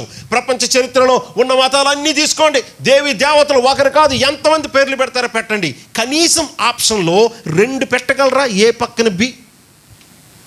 ఏ ఇతనై ఉండొచ్చు, బి ఇతనై ఉండొచ్చు. ఏ ఈ మతం అయి ఉండొచ్చు, బి ఈ మతమై ఉండొచ్చు అని కనీసం 2వ ఆప్షన్ పెట్టగలరా? ఇంతకీ దేని బట్టి పెట్టాలి? ఈ కోడి పెట్టని పుట్టించిన దేవుడు ఎవరు అయితే ఈ కోడి పెట్టకు ఉన్న సెన్స్ ఖచ్చితంగా ఆ దేవునికి ఇంకా అనంతమైనది ఉంటుంది. ఎంత చిన్న కోడి పెట్టలోనే ఎంత గొప్ప ప్రేమను పెట్టినప్పుడు, ఎంత గొప్ప లోకాన్ని ఆకాశాన్ని సృష్టించిన వాడికి ఇంక ఏ రేంజ్లో ఉంటుంది? మరి అంత పెద్ద ప్రేమతో ఈ లోకాన్ని, మానవుల్ని ప్రేమతో సృష్టించిన వాడు వాళ్ళ మీదకి ఒక అగ్నిగుండం రాబోతుంది, వాళ్ళ మీదకి ఒక మరణం రాబోతుంది. అలాంటి మరణం రాబోతుందని తెలిసి ఈ లోకాన్ని నిజంగా సృష్టించిన సృష్టికర్త ఎవడు? ఏం చేశాడు? నేను యెరూషలేము కొండ మీద కూర్చొని ఉన్నాను, మీరు అప్పులు చేసి నా దగ్గరికి ఎవడొస్తాడో వాళ్ళని ఆశీర్వదిస్తా, వాళ్ళని క్షేమంగా ఉంచి చల్లగా చూస్తా అన్నానంటే వాడు దేవుడు కాడు, లంచగొండవుతాడు. నేను యెరూషలేము కొండ మీద కూర్చొని ఉన్నా, మీరు అప్పులు చేసి నా దగ్గరికి ఎవడొస్తాడో వాడినే నేను ఆశీర్వదిస్తా, రక్షిస్తా, నిత్య జీవం ఇస్తానంటే వాడు లంచగొండవుతాడు కానీ దేవుడు అవ్వడు. ఇంట్లో ఉన్న తల్లిదండ్రులు అలా లేరు. వాళ్ళ పరువు తీసి వాళ్ళ మాట వినకుండా ప్రతిసారి తల్లిదండ్రులను బాధ పెట్టినా కానీ రాత్రి మళ్ళీ ఇంటికి వస్తే కూర్చోబెట్టి తిండి పెడతారు, అప్పులు చేసి బట్టలు కొంటారు. వాళ్ళ మాట ఒక్కటి వినకుండా ఎప్పుడు వాళ్ళ మీద తిరగబడి ఇంకా చెయ్యి కూడా ఎత్తే మహానుభావులు ఉంటారు. తల్లిదండ్రులే అలా లేరు సార్. మన రికార్డు బట్టి, మన మంచితనం బట్టి, మన ఒబీడియన్స్ బట్టి మన అవసరాలు తీర్చరు, ఇంటికి రానివ్వడం, ప్రేమ చూపించడం మన రికార్డు బట్టి, మన ఒబీడియన్స్ బట్టి, మంచితనం బట్టి ఉండదు. మనల్ని కన్నారు కాబట్టి నిజంగా కన్న తల్లిదండ్రులకే ఉంటుంది. మన మంచితనం బట్టి, మన రికార్డు బట్టి, మనం ఏదో వాళ్ళు చెప్పిన ప్రతి పని చేసి పాటించాము కాబట్టి మనల్ని ఇంట్లోకి రానివ్వడం, ప్రేమ చూపించడం ఉండదు. ఒక్క మాట వినకపోయినా స్టిల్ మా బాబే అని ఎత్తుకొని ముద్దులాడతారు. అలాంటప్పుడు ఈ అమ్మ నాన్నని, ఇంత గొప్ప ఆకాశాన్ని, భూమిని, సముద్రాన్ని, వాటిలో ఉన్న ప్రతిదాన్ని మాటతో శూన్యంలో నుంచి సృష్టించిన దేవుడు మన రికార్డు బట్టి ఎందుకు ప్రేమ చూపిస్తాడు సార్? మన ఒబీడియన్స్ బట్టి ఎందుకు ఆశీర్వదిస్తాడు సార్? నిజంగా సృష్టికర్త అయిన దేవుడైతే మీరు మంచిగా ఉంటే, నా దగ్గరికి వస్తే, నన్ను వెతికితే ఈ మాట్లాడడు. అవసరమైతే వెతికి మరీ వస్తాడు. ప్రమాదంలో, రిస్క్లో ఉన్న వారిని, తన వారిని కాపాడడానికి. అలాగా ఈ లోకాన్ని, నశించిన ఈ లోకంలో ఆయన ఎంతో ప్రేమిస్తున్న నిన్ను రక్షించడానికి, ఎంత క్రిందకైనా వెతికి రక్షించడానికి వచ్చేసిన వాడు ఈ లోకానికి తెలిసి ఒకే ఒక్క దేవుడు ఉన్నాడు. ఆయన పేరు ప్రభువైన యేసు క్రీస్తు. ఈ మెసేజ్ చెప్పడానికే ఇంకా కరోనా వచ్చినా, ఆ కరోనా కాలంలో ఎంతోమంది ఎగిరిపోయినా మీరు ఇంకా బ్రతికొండడానికి కారణం ఇది. అసలైన మిషన్ ఈ భూమి మీద మీ జీవితానికి. ఎందుకు కాపాడావు? యాక్సిడెంట్లో ఎంతోమంది. మరి మనకున్న ఎరగబాటుకి, ఈ మాట అనొచ్చలేదో, మా శ్రీకాకుళం భాషది, ఎరగబాటు అంటే రాలుబాటు, పొగరు, ఎప్పుడో ఎగిరిపోవాలి. మీ గురించి అంటలేదు, నా గురించి అంటున్నాను. ఓకే, బాధపడద్దు ఎవరు, ఇదేంటి ఎలా అంటున్నాడని. నేను నా గురించి అంటున్నాను. మనకున్న ఫూలిష్నెస్కి, గర్వానికి, బుద్ధిహీనతకు ఎప్పుడో ఎక్కడో బుక్ అయిపోవాలి. ఈ కాలానికి మన ఇంటి వాళ్ళే మన పేరు మర్చిపోవాలి. కానీ దేనికండి కాపాడుతున్నాడు, ఇంకా ఎందుకు పోషిస్తున్నాడు, ఇంకా ఎందుకు జీవం ఇచ్చాడు, ఎంతకంటే అద్భుతాలు ఇంకా ఎందుకు ఫ్యూచర్లో కూడా చేస్తాను అని మరలా మనతో ప్రేమతో మాట్లాడుతున్నాడంటే మనం జీవించాల్సిన ఒకే ఒక్క గొప్ప కారణం ఇదిగో ఈ బైబిల్ సత్యం. ప్రభువైన యేసు ఆయన ఏ ఒక్కరూ నశించడం నాకు ఇష్టం లేదన్నాడు. ఏ ఒక్కరూ తర్వాత విషయం, బట్ ఏ ఒక్కరూ నాకు నశించడం ఆయనకి ఇష్టం లేదు. అందరూ అంతటా మారు మనసు పొంది రక్షణ పొందాలని ఆయన కోరుకుంటున్నాడు. ఏ ఒక్కరో అందరో మనకు తెలియదు, కానీ అది దేవుని చెప్తున్న మాట, అది ఆయన మనసు. కాబట్టి దొరికిన వాళ్ళందరికీ సత్యం చెప్పాలి, కనిపించిన వాళ్ళందరికీ సత్యం చెప్పాలి. ప్రభు కోసం జీవించాలి. ప్రభు కోసం జీవించడం అంటే కేవలం మాట చెప్తే సరిపోతుందా? సార్ ఇప్పుడు మీరే వినండి సార్, ఇప్పుడే మనం రోడ్డు మీద వెళ్తున్నాం, ఒక ఆయనకి యాక్సిడెంట్ అయింది, కింద ఉన్నాడు, మరికొద్దిసేపట్లో చచ్చిపోతాడు. మరికొద్దిసేపట్లో చచ్చిపోతున్నాడు, సెన్సెస్ వచ్చాయి, నీళ్ళు అడుగుతున్నాడు. ఆ టైంలో మీకు సువార్త తెలుసు, మీరు వెళ్ళి బాబు నువ్వు ఎలాగ చనిపోతున్నావు, నువ్వు బతకో, ఈ విషయం నీకు తెలుసు మాకు తెలుస్తుంది, కాబట్టి యేసు ప్రభు నమ్ముకో, ఆయన నీ పాపాల కోసం చనిపోయాడు, తిరిగి లేచాడని మీకు సువార్త సత్యం చెప్తున్నారు. అది కూడా ఎలా చెప్తున్నారు? మీరు ఫుల్గా తాగేసి ఉన్నారు, తూలిపోయి చెప్తున్నారు. మీకు సత్యం తెలుసు, ఇతగాడు మరణించిన కొద్ది క్షణాలకి ఎక్కడికి వెళ్ళిపోతాడో తెలుసు. ఇప్పుడు ఆయనకి సత్యం చెప్పాలనుకుంటున్నారు. మీరు అప్పుడే ఫుల్గా బార్లో నుంచి మందు తాగి వచ్చారు అనుకుందాం, ఎగ్జాంపుల్. మీరు ఆ చనిపోతున్న వ్యక్తి దగ్గరికి వచ్చి యేసు ప్రభువుని నమ్ముకొని సువార్త చెప్తుంటే ఆ చుట్టూ ఉన్న వాళ్ళు ఎలా చేస్తారో తెలుసా? అరే అతగాడు చావు బతుకులు ఉన్నాడు, ఈ తాగుపోతాడు గోళ్ళ మధ్యలో, లాగేసి పడేయండి అని అంటారు మనల్ని. మీ నోట్లో ఉన్న సత్యం గొప్పదే, మనుషులను అద్భుతంగా రక్షిస్తుంది, అసలైన ఆశీర్వాదం సమాధానం ఇస్తుంది జీవితంలో. కానీ చెప్పే మీరు వాళ్ళకి యాక్సెప్టబుల్గా లేకపోతే లాగిపడేయండి అంటారు పక్కకి. అతను యాక్సిడెంట్ అయ్యి కొద్దిసేపట్లో చనిపోతాడు. ఆ చనిపోయిన వాడి దగ్గరికి తాగుబోతాడు వెళ్ళి ఏంటి వాగుతున్నాడు, మరణంలో కూడా ప్రశాంతత లేకుండా అని తీసి పడేస్తారు. సో మీ దగ్గర ఉన్న సత్యం మీరు చెప్తున్నప్పుడు ఇతరులకు ఎలా కనిపిస్తారు? ఆ తాగుబోతాడు ఆ యాక్సిడెంట్ అయిపోయి చనిపోతున్న వ్యక్తికి సువార్త చెప్పినట్టు ఉంటుంది. అనేది మీకు అర్థమవుతుందా ఏం చెప్తున్నాను? ఎంత గొప్ప సత్యం, ఎంత గొప్ప సందేశం, ఎంత గొప్ప సేవ కోసం దేవుడు మిమ్మల్ని పిలుచుకున్నాడంటే మీ సాక్ష్యాన్ని అంత జాగ్రత్తగా కాపాడుకోవాలి. నేను ఈ మాట చెప్పినప్పుడు ఎలా వింటారు? నువ్వా చెప్తున్నావు, నువ్వు చెప్పావంటే ఖచ్చితంగా నేను విన్నావు. నువ్వు నీ బతికే అలా ఉంది, ఇంకా నువ్వు చెప్తావేంటి మమ్మల్ని బాగుపడమని? సార్ ఈ మాట దేవుడు ఎందుకు మన ముందుకు తీసుకొని వచ్చారో తెలుసా? ఇక్కడున్న వాళ్ళకి చాలామంది తెలుసండి, ప్రభు అయిన యేసు ఎవరో, మీకోసం ఆయన సిలువ వరకు వచ్చిన ఆయన ప్రేమ ఏంటో మీకు తెలుసు. కానీ బలహీనతని పేరు పెట్టుకోండి, నాకు అలవాటు అయిపోయింది విడిచిపెట్టుకోలేకపోతున్నానని పేరు పెట్టుకోండి, ఇది నాకు ఇష్టం నేను దాన్ని వదులుకోనని పేరు పెట్టుకోండి, మీ పేరు ఏదైనా పెట్టుకోండి. ఈ సువార్త సత్యం కోసమే దేవుడు మిమ్మల్ని కాపాడి పోషిస్తూ ఉన్నాడు. జీవితంలో ప్రతి అవసరం తీరుస్తాడు. ఉద్యోగమైన, ఆశీర్వాదమైన, ఇల్లైనా, ఆరోగ్యమైన, పెళ్ళైనా, పిల్లలైనా, ఏదైనా. ఎందుకంటే ఇదిగో ఆయన కోసం. సో ఆయన కోసం జీవించిన వాళ్ళకి ఈ దావీదు గారు చెప్తున్న మాటల్లో చివరికి వచ్చాం. ఇంతకీ దావీదు గారికి ఆ విషయం దేవుడు ఎప్పుడు చెప్తున్నారో తెలుసండి? ఆ మొదటి వచనం చూడండి. దావీదు రచించిన చివరి మాటలు ఇవే అని అన్నారంటే ఆయన చివరి రోజుల్లో చెప్తున్నాడు. దావీదు గారు అప్పటికే మంచం పట్టున్నారు. తర్వాత అధ్యాయాలు చదివితే పుస్తకం వచ్చినప్పుడు ఆయన చనిపోతాడు. ఆయన మరణించే కాలానికి ఆయన వయసు 70 సంవత్సరాలు. 70 సంవత్సరాల వయసులో చనిపోయాడు. ఆయన చివరి సంవత్సరాలు మంచం పట్టి చనిపోయాడు. మంచం పట్టి ఇంకా దిగలేకుండా, అంటే మంచం దిగలేక, శరీరానికి శక్తి లేక వణికిపోతూ ఉన్నాడు ముసలాయన. వినండి. ఆ టైంలో ప్రభువా, ఈయన ప్రార్థన ఏమేంటో తెలుసా? మనకే అలాంటి పరిస్థితి వచ్చే మన ప్రార్థన ఏంటో తెలుసా? విశ్వాసులకి ఇంకింతేనా, అయిపోయిందా, నా కుటుంబాన్ని, నా రాజ్యాన్ని, నా శరీరాన్ని, లోకాన్ని విడిచి వచ్చేయాల్సిందేనా? ఇంకా నాకు లేవా దినాలు, ఇంకా నాకు లేవా ఇక్కడ దినాలు, ఇంకా నాకు లేవా. దీనికి దేవుడు చెప్తున్న సమాధానం ఏంటో తెలుసండి? ఆ 3వ వచనం మనం చూస్తున్నామే, మనుష్యులను ఏలునొకడు పుట్టును, ఆయనేమో నీతి న్యాయముతో ఎలా పరిపాలిస్తాడు. ఈ మాటలన్నీ చెప్తున్నారు. వినండి. ప్రభువా, నాకింక రోజులు లేవా, దినాలు లేవా ఈ లోకంలో, ఈ దేశంలో, నా కుటుంబం ఇంకా నాకు రోజులు లేవా అని నేను భయంతో ప్రార్థన చేస్తుంటే నువ్వేంటి ప్రభువా, ఒక ఆయన పుడతాడు, లోకం అంతటిని పరిపాలిస్తాడు, నీతి న్యాయాలతో పరిపాలిస్తాడు, ఆయన రాజ్యంలో ఎలా, ఇవన్నీ నాకింది ప్రభువా. ఇప్పుడు నేను అడుగుతుంది ఏంటి, నువ్వు చెప్తుంది ఏంటి? అది కూడా డెత్ బెడ్ మీద ఉన్నప్పుడు. అసలు సింక్ అవ్వట్లేదు ప్రవ్వా. నువ్వు చెప్పావంటే నిజమే, ఇప్పుడు కాదు ప్రవ్వా, నేను 2వ కీర్తన రాసినప్పుడే ఈ మెసేజ్ చెప్పావు. ఒక ఆయన వస్తాడు, ఈ లోకం అంతటిని పరిపాలిస్తాడు, ఆ దాన్ని ఏమంటారు, ఇనుప దండముతో కొమ్మరు అని ఆ రేంజ్లో పరిపాలిస్తాడు. నేను 2వ కీర్తన రాసినప్పుడే నువ్వు నాకు ఇన్ఫర్మేషన్ మెసేజ్ ఇచ్చావు. నేను డెత్ బెడ్ మీద ఉన్నప్పుడు మళ్ళీ ఏంటి ప్రవ్వా ఆయన గురించి, ఆయన రాజ్యం గురించి మాట్లాడుతున్నావు? నేను నా గురించి అడిగితే నాకు రోజులు లేవా, దినాలు లేవా, ఇంకా నేను వదిలేయాలా, ఈ భూమి మీద నాకు ఇంతేనా అని నేను అడుగుతుంటే నువ్వేంటి ప్రభా, ఒక ఆయన పుడతాడు, లోకం అంతటిని పరిపాలిస్తాడు, ఇప్పుడు ఈ టైంలో ఎందుకు చెప్తున్నావు ప్రభా? నువ్వు చెప్పినట్టు ఆయన పుడతాడు, క్రీస్తు పుడతాడు, నువ్వు చెప్పినట్టు ఇవన్నీ జరుగుతాయి, కానీ నేనుండనుగా, నా టైం అయిపోయిందిగా. ఆయన ఎప్పుడు పుడతాడో, ఆయన ఎప్పుడు పెద్ద అవుతాడో, ఆయన ఎప్పుడు లోకం అంతటిని ఆయన కిందకి కంట్రోల్గా తీసుకొని పరిపాలిస్తాడో, కానీ నా రోజులు అయిపోయాయిగా. ఇప్పుడు నాతో ఎందుకు ప్రభా? నేను లేని ప్లాన్లో, నాకు సంబంధం లేని మెసేజ్ ఈ టైంలో ఈ పరిస్థితుల్లో నాతో ఎందుకు చెప్తున్నావు అని అడిగితే దేవుడు అక్కడ ఉంటే ఏం చెప్తారు తెలుసా? అమ్మ వినండి వినండి వినండి, మాట వినండి. అరే అబ్బాయి, ఆ ప్లాన్లో నువ్వు లేకపోతే ఈ టైంలో నీతో ఎందుకు చెప్తాను ఈ మాట? ఆ ప్లాన్లో నువ్వు లేకపోతే ఈ టైంలో నీతో ఎందుకు చెప్తాను ఈ మాట? నేను ఏమైనా పిచ్చోన్నా సంబంధం లేకుండా మాట్లాడడానికి? నువ్వున్న ఎమోషన్ ఏంటి, నువ్వున్న భయం ఏంటి, నువ్వున్న మూడ్ ఏంటి, నీ ప్రేయర్ ఏంటి? ఈ టైంలో నీకు సంబంధం లేని మెసేజ్ నేను ఎందుకు ఇస్తాను అబ్బాయి?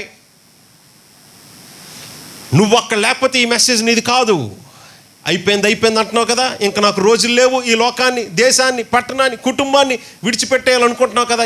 ఏం కాదు, ఇది ఫస్ట్ హాఫే, సెకండ్ హాఫ్ ఇంకొక రేంజ్లో ఉంటుందని దేవుడిస్తున్న సందేశం. At the fear of death, at the face of death, మరణానికి దగ్గర తన సేవకునికి దేవుడిస్తున్న సందేశం ఏంటో తెలుసా?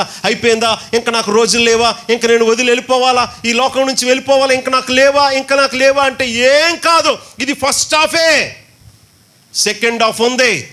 ఎలా ఉంటుంది ప్రభా? మానవుడు ఒకసారి పుడతాడు, కొన్నాళ్ళు బతుకుతాడు, చచ్చిపోతాడు, అయిపోయింది. ఇంకెలా ఉంటుంది ప్రభా ఈ భూమి మీద నాకు దినాలంటే? ఇదిగో మీ అందరి కోసం ఈ పుట్టే ఆయన మొదటిసారి వచ్చినప్పుడు లోకాన్ని పరిపాలించడు, మొదటిసారి వచ్చినప్పుడు మరణాన్ని ఓడించి తిరిగి లేస్తాడు. ఆయన యందు విశ్వాసం ఉంచి ఆయన కోసం జీవించిన వారందరినీ మరణించినా తిరిగి లేపి మరి ఆయనతో వెంట పెట్టుకొని 2వసారి వస్తాడు. దేనికో తెలుసా? రాజ్యం ఇవ్వడానికి.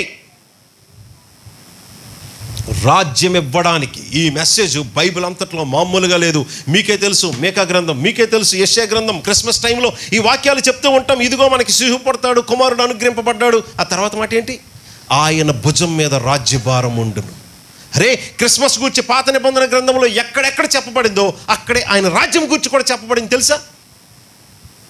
మీకే తెలుసు, మేకా గ్రంథం 5వ అధ్యాయం 2వ వచనం, అక్కడ కూడా ఇగో నా కొరకు ఇశ్రాయేలీయులు నేలబోవాడు, నీలో నుండి వచ్చును అని బెత్లెహేము గురించి మాట్లాడతాడు. బెత్లెహేము, ఎఫ్రాతా, యోదావారి గ్రామాల్లోనూ స్వల్ప గ్రామమే, కానీ నా కొరకు ఇశ్రాయేలీయులు నేలబోవాడు, నీలో నుండి వచ్చును. బెత్లెహేములో క్రీస్తు పుడతాడు. ఎందుకు పుడతాడు? నా కొరకు ఇశ్రాయేలీయులని ఏలబోవాడు. బెత్లెహేములో పుట్టడం జరిగింది, మరి ఇశ్రాయేలు నేలేడా? ఈ మాట చెప్పి, ఈ సందేశం చెప్తే చాలామంది క్రైస్తవ సోదరులు ఏమంటారు తెలుసా? సేవకులు, అరే యేసుక్రీస్తు మనల్ని ఏలుతున్నాడుగా, ఆయన మనల్ని హృదయంలో ప్రభువుగా, రాజుగా ప్రతిష్ఠించుకున్నాం, ఆయన మనల్ని ఏలుతున్నాడు, ఆ రాజ్యానికి, ఆయన అధికారానికి కాని పని చేస్తే మనల్ని శిక్షిస్తాడు. భయం వచ్చింది ప్రభువా, సమస్య వచ్చిందంటే రాజుగా మనల్ని కాపాడి పోషిస్తున్నాడు. మనం ఇప్పుడు ఉన్నదే రాజ్యం, ఆయన మనల్ని ఏలుతున్నాడు. ఎక్కడ కాదు. పుట్టడం కూడా ఎక్కడే జరిగిందా? మీకు అర్థమవుతుందా ఏం చెప్తున్నామో? మనం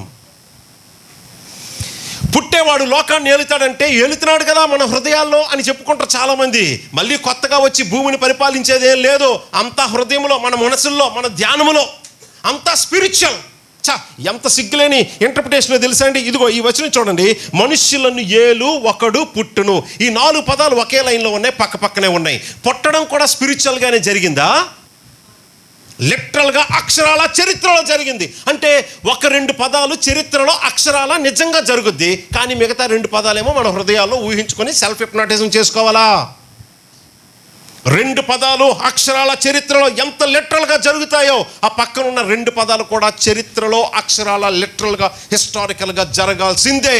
ఒకే వచనంలో 4 పదాల్లో 2 పదాలని స్పిరిచువల్ ఇంటర్ప్రిటేషన్ ఇచ్చి 2 పదాలని హిస్టారికల్ లిటరల్ ఇంటర్ప్రిటేషన్ ఇవ్వడం అంతకంటే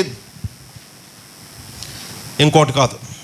అన్యాయం అది, అసలు అన్యాయం. సో అతను అప్పటికి పుట్టలేదండి, పుడతాడని చెప్పిన వ్యక్తి పుట్టాడని మనమే, క్రైస్తవ ప్రపంచం అంతా ఎంత గట్టిగా నమ్ముతుందో. ఆ పుట్టేవాడు ఇజ్రాయేల్ని పరిపాలించాలని మీకా గారి సాక్ష్యం. ఇదిగో లోకమంతటిని రాజ్యభారం ఆయన భుజంలో ఏదో ఉంటుందని యెషయా గారి సాక్ష్యం. ఇలాంటివి ఎన్నో, దానియేలు గారు అయితే ఇంకా గొప్ప మాటలు చెప్పారు, అవన్నీ చెప్పుకోలేం. ఇదిగో ఈయన ఇస్తున్న సాక్ష్యం కూడా చూడండి, దావీదు గారు ఇస్తున్న సాక్ష్యం చూడండి. ఆ పుట్టేవాడు మనుషులందరినీ పరిపాలిస్తాడు. ఎంత గొప్ప ఫ్యూచర్ ఉంది అంటే అర్థమైంది తెలుసా? ఆయన కోసం ఎవరైతే జీవించి విశ్వసించి ఆయన కోసం కనిపెట్టారో వాళ్ళందరినీ మరణించినా తిరిగి లేపి ఆయనతో వెంట పెట్టుకుని ఈ భూమి మీదకి వస్తాడు. అట్లీస్ట్ 1000 సంవత్సరాలు ఈ లోకాన్ని పాపము లేని మరణము లేని పరిశుద్ధులతో ఆయన రాజ్యాన్ని ఇస్తాడు. అలాగా బైబిల్ మొదటి పేజీ నెరవేరుద్ది అంటే అర్థమవుతుందా? అంటే మీకు అర్థమవుతుందా? మనం అందరం ఎక్కడున్నాం తెలుసా? బైబిల్ మొదటి పేజీ ప్లాన్లోనే ఉన్నాం. ఎవరెవరు ఆ రాబోతున్న ఆ గొప్ప రాజ్యంలో, నీతి నివసించే రాజ్యంలో, యేసుక్రీస్తు రాజ్యంలో, మహిమ రాజ్యంలో ఉండబోతున్నారో వాళ్ళందరూ ఇదిగో మొదటి పేజీలోనే దేవుని యొక్క చిత్తంలో ఉన్నారు. అందులో మీరున్నారా లేదనడానికి ఒకే ఒక్క పరీక్ష. మీకు ఈ దేవుని పట్ల ఆసక్తి ఉందా, ఇష్టం ఉందా, ఈ సత్యం పట్ల అవగాహన ఉందా, అర్థమైందా? మీకు ఆ విశ్వాసం ఉందా? ఆ విశ్వాసం ఉన్న వాళ్ళు కేవలం ఇంటలెక్చువల్గా జ్ఞానానుసారంగా మ్యాటర్ అర్థమైపోయింది, కానీ జీవితం ఏ మార్పు లేకుండా చిన్నప్పటి నుంచి ఎలాగున్నామో ఇప్పటికీ మనం అలాగే బతికేసి నేను కూడా ప్లాన్లో ఉన్నాను అని సంతోషపడిపోవడం మిమ్మల్ని మీరు మోసగించుకోవడమే. ఈ చిత్తంలో నిజంగా ఉన్నవారైతే మీ జీవితాన్ని ఆయనకి తగినట్టు మార్చుకొని ఆయన కోసం పని చేస్తారు, జీవిస్తారు. ఆయన ప్రేమతో ఇచ్చిన సంఘాన్ని, ఆయన ప్రేమతో ఇచ్చిన సేవకులని, ఈ సంఘ కుటుంబంతో మీరు ఈ గొప్ప దేవుని యొక్క చిత్తాన్ని నెరవేర్చడానికి మీ పార్ట్ ఏంటో మీరు మంచిగా ప్లాన్ చేసుకుంటారు. చూడండి, చాలా ప్రాముఖ్యమైన విషయాలు. చివరికి వచ్చేసాం, నేను 5 మినిట్స్లో ముగిస్తాను. అంత ప్రాముఖ్యమైన విషయాలు ఉన్నాయి. ఎందుకంటే ఈ యూత్ మీటింగ్కి మనకి ఇచ్చిన థీమ్ మీకు తెలుసు కదా, నన్ను బలపరచువాని యందు నేను సమస్తము చేస్తా. మీకు తెలుసా ప్రపంచంలో ఎంత విచిత్రమైన బోధ ఉందో? ఈ మాట ఒకసారి వినండి. దేవుడు అబ్రహాముని పిలుచుకున్నాడంటే మన ఎవరి దగ్గర లేనిది అబ్రహాం దగ్గర ఉందో, అందుకే పిలుచుకున్నాడు. దేవుడు యోసేపుని ఎందుకంత ఆశీర్వదించి హెచ్చించాడు? మన దగ్గర లేనిది యోసేపు గారి దగ్గర ఉంది, అందుకే దేవుడు అంతగా హెచ్చించాడు. మరొక వ్యక్తిని దేవుడు ఎంత గొప్పగా ఎందుకు వాడుకున్నాడు? మన దగ్గర లేనిది ఇదిగో ఆయన దగ్గర ఉంది. అంటే ఒకవేళ ఎవరైనా ఏ సేవకుని గురించి అయినా ఈ మాటలు చెప్తే శ్రద్ధగా వినండి మాట. మనం మాట్లాడుకుంటున్న 4వ అధ్యాయం 13వ వచనం ఫిలిప్పీ పత్రిక, పౌలు గారు ఇస్తున్న మాటకి అబద్ధంగా మాట్లాడుతున్నట్టే. ప్రపంచంలో ఏ మతమైనా దేవుడు ఒకరిని వాడుకోవాలంటే, గొప్ప కార్యాలు చేసుకోవాలంటే, ఆశీర్వదించాలంటే, దేవుడు ఒక వ్యక్తిని ఆశీర్వదించి ఏదో గొప్ప కార్యాలు చేసుకోవడానికి ఆ వ్యక్తి దగ్గర కారణం ఉండాలి. ఇప్పుడు చూడండి పౌలు గారు చెప్తున్న మాట ఏంటో మాట, అది నన్ను బలపరచువాని యందు నేను సమస్తం చేస్తానన్నాడు. చూసారా? దీనికి కాంట్రరీ ఆపోజిట్ సైడ్ ఏముందో తెలుసా? నాకు బలం ఉంది కాబట్టి దేవుడు నన్ను వాడుకున్నాడు అనడం ఘోరం. అది ప్రపంచంలో ఏ మతానికైనా చెల్లుద్ది, కానీ ఈ బైబిల్ ఏ దేవుని గురించి మాట్లాడుతుందో ఆ త్రియేక దేవుడైన యేసుక్రీస్తు గురించి కాదు. ఈయన యొక్క పద్ధతి వేరు. ఒకటి దగ్గర ఉన్న బలాన్ని బట్టో కారణాన్ని బట్టో చూసి ఆ వ్యక్తిని కోరుకొని కార్యాలు చేయడు. అలాగే పౌలు గారిని కూడా నేను బలవంతుని కాబట్టి దేవుడు నన్ను కోరుకున్నాడు, పిలుచుకున్నాడు, సేవక అని అంటం లేదు. అయ్యో నా దగ్గర ఏం లేదు, నన్ను దేవుడు ఏ కార్యానికైనా సమస్త కార్యాలు నా దగ్గర జరిగించుకోవడానికి నాకు ఉన్న బలం, నా దగ్గర ఉన్న బలాన్ని బట్టి పిలుచుకోలేదు, నన్ను బలపరిచి మరి నన్ను వాడుకుంటాడు. అంటే మన దగ్గర ఉన్న ఏవో శక్తి సామర్థ్యాలు, జ్ఞానము, యుక్తి బట్టి కాదు దేవుడు మన ద్వారా కార్యాలు చేసుకునేది. దేవుడు తన కృపతో ప్రేమతో కోరుకున్నాడు, ఎంత ప్రాణం పెట్టినంత. కాబట్టి అవసరమైనంత శక్తి సామర్థ్యాలు ఇచ్చి మరీ వాడుకుంటాడు. దానికి అద్భుతమైన క్లాసిక్ ఎగ్జాంపుల్ ఇదిగో మనం చూస్తున్న వాక్య భాగంలో ఆ తర్వాత భాగమే చదువుతూ ఉన్నాం. చూడండి, 1-2 వచనాలు ఇలాగ జస్ట్ ఒక 4-5 వచనాలు చదవాల్సి ఉంది. ఫాస్ట్గా. ఎందుకో మన థీమ్లో మనందరం ఉన్నాం. ఇక్కడ ఉన్న చిన్న పిల్లల దగ్గర నుంచి ప్రతి వయసు వాళ్ళు దేవునికి కావాలి, ఎలాంటి మనసుతో దేవుని సేవించడానికి నేనున్నాను ప్రభువా, ప్లీజ్ నన్ను కూడా వయసు ఏమైనా, చదువేమైనా, బ్యాక్గ్రౌండ్ ఏమైనా, ఏదేమైనా మీరు దేవునికి ఇప్పుడు చెప్పాల్సిన మాట ఇది ఒక్కటే. ఎందుకంటే దేవుడు ఎవరినైనా వాడుకునేది, అద్భుతంగా తన కార్యాలు చేసుకునేది మనకున్న శక్తి సామర్థ్యాలు బలాన్ని బట్టి కాదు, ఆయన ఒకరిని బలపరిచి మరి సమస్తం మన చేత జరిగించుకుంటాడు. ఈ సాక్ష్యమే పౌలు గారు చెప్తూ ఉంటే మరి మనకి ఇంకే ఎంత తిరిగిలేని సత్యం చూడండి. ఒకవేళ దీనికి భిన్నంగా బైబిల్ బోధించామనుకోండి, పౌలు గారి దగ్గర జ్ఞానం ఉంది అందుకే దేవుడు పిలుచుకొని వాడుకున్నాడు, నా దగ్గర అది లేదు, నన్ను ఇంకేం వాడుకుంటాడు అనే న్యూన్యతా భావంలోకి వెళ్ళిపోతారు. అది దేవుని పద్ధతి కాదు, వాక్య విరుద్ధం. నీ దగ్గర ఇది ఉంది కాబట్టి దేవుడు నిన్ను వాడుకున్నాడు, నీ దగ్గర ఈ పరిశుద్ధత ఉంది కాబట్టి దేవుడు ఎలా వాడుకున్నాడు కాదు. అందరం బలహీనులమే. అవసరమైన బలాన్నిచ్చి మరి సమస్త కార్యాలు మన ద్వారా జరిగించి దేవుడు, బైబిల్ అంతా అదే సాక్ష్యం. ఎక్కడున్నా మనం చదువుతున్నాం ఇప్పుడు కొన్ని వచనాలు, అద్భుతం. చూడండి ఒకసారి, ముఖ్యంగా యూత్ రిట్రీట్లో చెప్పుకోవాల్సిన అయితే ప్రాముఖ్యమైన వాక్య భాగాలు చదువుతూ ఉన్నాం. 20వ వచనం మొదటిగా, అదే 23వ అధ్యాయం 2వ సమూయేలు గ్రంథం 20వ వచనం. మరియు కబ్సెయేలు ఊరివాడై క్రియల చేత ఘనత నొందిన ఒక పరాక్రమశాలికి పుట్టిన యెహోయాదా కుమారుడైన బెనాయా అను ఒకడు ఉండెను. ఇతడు మోయాబీయుల సంబంధులకు ఆ ఇద్దరు శూరులను హతము చేశాను. మరియు మంచు కాలమున బయలువెడలి బావిలో దాగి ఉన్న సింహమును చంపివేశాను. చూడండి, ఈ వ్యక్తి గురించి ఇంకా చెప్పుకోవడానికి చాలా ఉన్నాయి. ఒక్క విషయం మనం మాట్లాడుకుందాం. మరియు మంచు కాలమున బయలువెడలి బావిలో దాగి ఉన్న సింహమును చంపివేశాను. సింహాన్ని చంపిన వాళ్ళు బైబిల్లో ఎంతమంది ఉన్నారో మీకే తెలుసు. ఎంతమంది ఉన్నారు? వాళ్ళ పేర్లు ఏంటి? శాంసన్ గారు, తర్వాత పేరేంటి? దావీదు గారు, తర్వాత పేరేంటి? చూసారా, ఇప్పుడు మనం చదివిన వాక్యంలోనే ఉన్నాడు ఆయన. ఆయన పేరు మనకు తెలియదు. చర్చిల్లో ఎంతమంది పిల్లలు, మగపిల్లల పేర్లు పెట్టడం విన్నాం, కానీ ఈ పేరు ఎప్పుడైనా పెట్టారు ఎవరికైనా? బెనాయా. బెనాయా. ఈ బెనాయా అలాంటి వాడు. ఒక మాట వినండి, అది మంచుకాలం. అక్కడ ఉన్న మాట చూడండి, మంచు కాలమున బయలువెడలి బావిలో దాగి ఉన్న సింహాన్ని అతను చంపేశాడు. సంసోను మీదకి వస్తే సంసోను దాన్ని చంపాడు. దావీదుకి ఒక చెయ్యి కూడా నష్టం కలిగించేది పారిపోతూ ఉంటే ఆయన ఇంకో రకం వెంబడించి మరీ దాన్ని చంపాడు, పరిగెత్తించి మరి. ఎతకాడు ఎలాగో తెలుసా, అది దాక్కునున్న దాన్ని వెతికెళ్ళి మరీ చంపాడు. అంత అవసరం ఎందుకు? అక్కడున్న ప్రతి మాటను ఒక క్షణం ఆలోచించడం. అది మంచు కాలం, మంచు కురుస్తుంది, జంతువులన్నీ దాక్కొని ఉన్నాయి. ఈ సింహానికి భోజనం దొరకలా, ఫుడ్ దొరకలా. ఇంకా ఎక్కడ ఫుడ్ దొరకపోయేసరికి సింహం ఊర్లోకి వెళ్ళిపోతే మనిషి అయినా దొరుకుతాడని ఊర్లోకి వచ్చేసింది. వినండి, ఊర్లోకి వచ్చేసింది. దీనికి ఫుడ్ దొరక్క ఆకలితో మరి ఊర్లోకి వచ్చి మనిషిని తినడానికి వచ్చిందని జనాలకు అర్థమై వెంటనే ఇళ్లలోకి వెళ్ళి తలుపులు బిగించుకున్నారు. అది అక్కడే ఉంది. బయటకు వస్తే ఆమ్మని మీద పడి మింగేస్తుంది అది. కాబట్టి అందరూ ఎవరు వాళ్ళు? ఆ ఊరి పేరు విన్నారు కదా, ఆయన ఏ ఊరు వాడో తెలుసు కదా.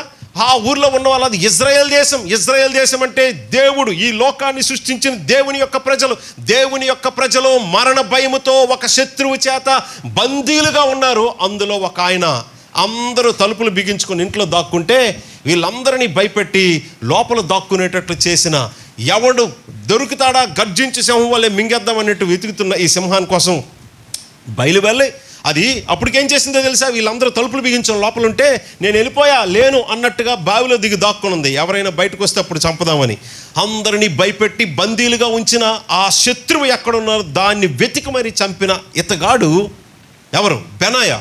అందులో ఎవరు కనిపిస్తున్నారో తెలుసా? ప్యారలలిజంలో, థియలాజికల్ ప్యారలలిజంలో, న్యూ టెస్ట్మెంట్ సిద్ధాంతం ప్రకారం ఇదిగో వాడి సమయం కొంచెమే ఉందని గర్జించి సింహం వలె వాడు తిరుగుతున్నాడు. వాడి నోటికి భయపడి అందరూ రకరకాల బంధకాల్లో ఉన్నారు. కానీ వాడి నోటి నుంచి విడిపించడానికి ఒక ఆయన బయటకు వచ్చిన లోకరక్షకుడు ఉన్నాడు. చూడండి, ప్రభువైన యేసుక్రీస్తు. ఆయనను పోలిన సత్యం తన జీవితంలో.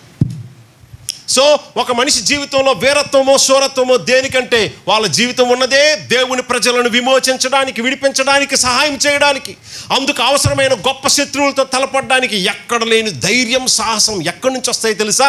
ఈ వ్యక్తికి ఇంత గొప్ప సాహసాలు ఉన్నాయి కాబట్టి, ధైర్యం ఉంది కాబట్టి దేవుడు ఈయన్ని కోరుకున్నాడు అనుకుంటారేమో. కాదు, దేవుడు ఆ వ్యక్తి ద్వారా తన ప్రజలకు విమోచనిచ్చి విడిపించి వాళ్ళని భయపెడుతున్న మరణ భయాన్ని, శత్రువుని అలాగ క్లోజ్ చేశాడు. అలాగా దేవుడు ఒక వ్యక్తిని బలపరుస్తాడు.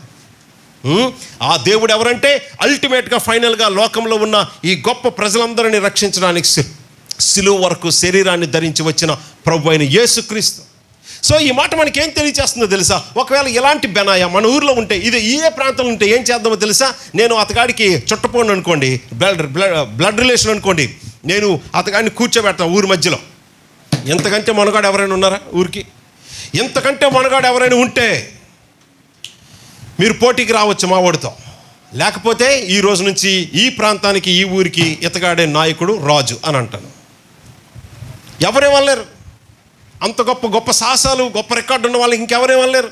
ఓకే, నువ్వు చెప్పినట్టే ఆయనే మాకు ఎక్కడి నుంచి రాజు. ఈయనకున్న యుద్ధ విద్యలన్నీ ఊర్లో వాళ్ళకి నేర్పించి ఆ ఊరి మీద, ఈ ఊరి మీద, ఈ ఊరి మీద, ఆ ఊరి మీద పడి ఒక్కొక్క ఊరిని కలిపేసుకొని సైన్యాన్ని పెంచుకుంటూ ఒక చిన్న రాజ్యాన్ని కట్టి రాజు అయిపోవచ్చు. కానీ ఆయన గారికి అంత గొప్ప రికార్డు ఉన్నా తన కోసం ఆయన బతకలేదు. జీవితకాలం ఒక ఆయన వెనకాతల కనిపించకుండా బతికాడు.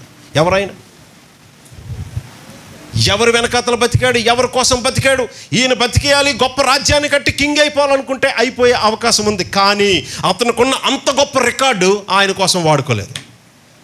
ఇంకొక ఆయన కోసం జీవితకాలం వెనకాతలుండి వాడాడు. ఎవరు, ఎందుకు చూద్దాం. ఇలాంటి వాడే మరొకడు, ఇతని కంటే గొప్పవాడి గురించి చదువుతున్న 18వ వచనం చూడండి. 18వ వచనం, సెరూయా కుమారుడును యోవాబు సహోదరునైన అబీషై తన అనుచరుల్లో ముఖ్యుడు. ఇతడు ఒక యుద్ధంలో 300 మందిని హతము చేసి వారి మీద తన ఈటను ఆడించాడు. వినండి మాట. ఒక యుద్ధంలో ఈటితో 300 మందిని చంపాడు ఈయన. ఆయన పేరేం పేరు? చూడండి. ఆయన చంపింది 300 మందిని తుపాకీతోనో బాంబులేసో కాదు, ఈటతో. ఆ 300 శవాల మీద ఈటలు ఆడిస్తున్నాడంట. అంటే అర్థం ఏంటో తెలుసండి, ఇంకెవడొస్తాడో రండిరా, ఇంకా నేను నా ఈటను ఆడించి పొడిచి పడేయడానికి ఇంకా నా జబ్బలో అంటే నా చేతిలో సత్తా ఉంది, ఇంకా స్టామినా ఉంది. ఆయన మనిషా మెషినా? 300 మందిని యుద్ధంలో ఈటుతో చంపి ఇంకా అమ్మయ్య చేయి పడిపోవాలి దెబ్బకు, మనకి ఇంకా ఈటెత్తి ఆడిస్తున్నాడు, ఇంకా సత్తా ఉంది, ఇంకెవడొస్తాడు రండి అని. ఇలాంటి వాడిని ఏమండాలి? ఈ విషయం మీకు అర్థం కావాలంటే ఇంట్లో ఉన్న బట్టలన్నీ మీరు ఒకరోజు ఉతికేయండి, మరుసటి రోజు లెగిస్తుంది. చెయ్యి కాదు, మనమే దిగం బెడ్ మీద నుంచి.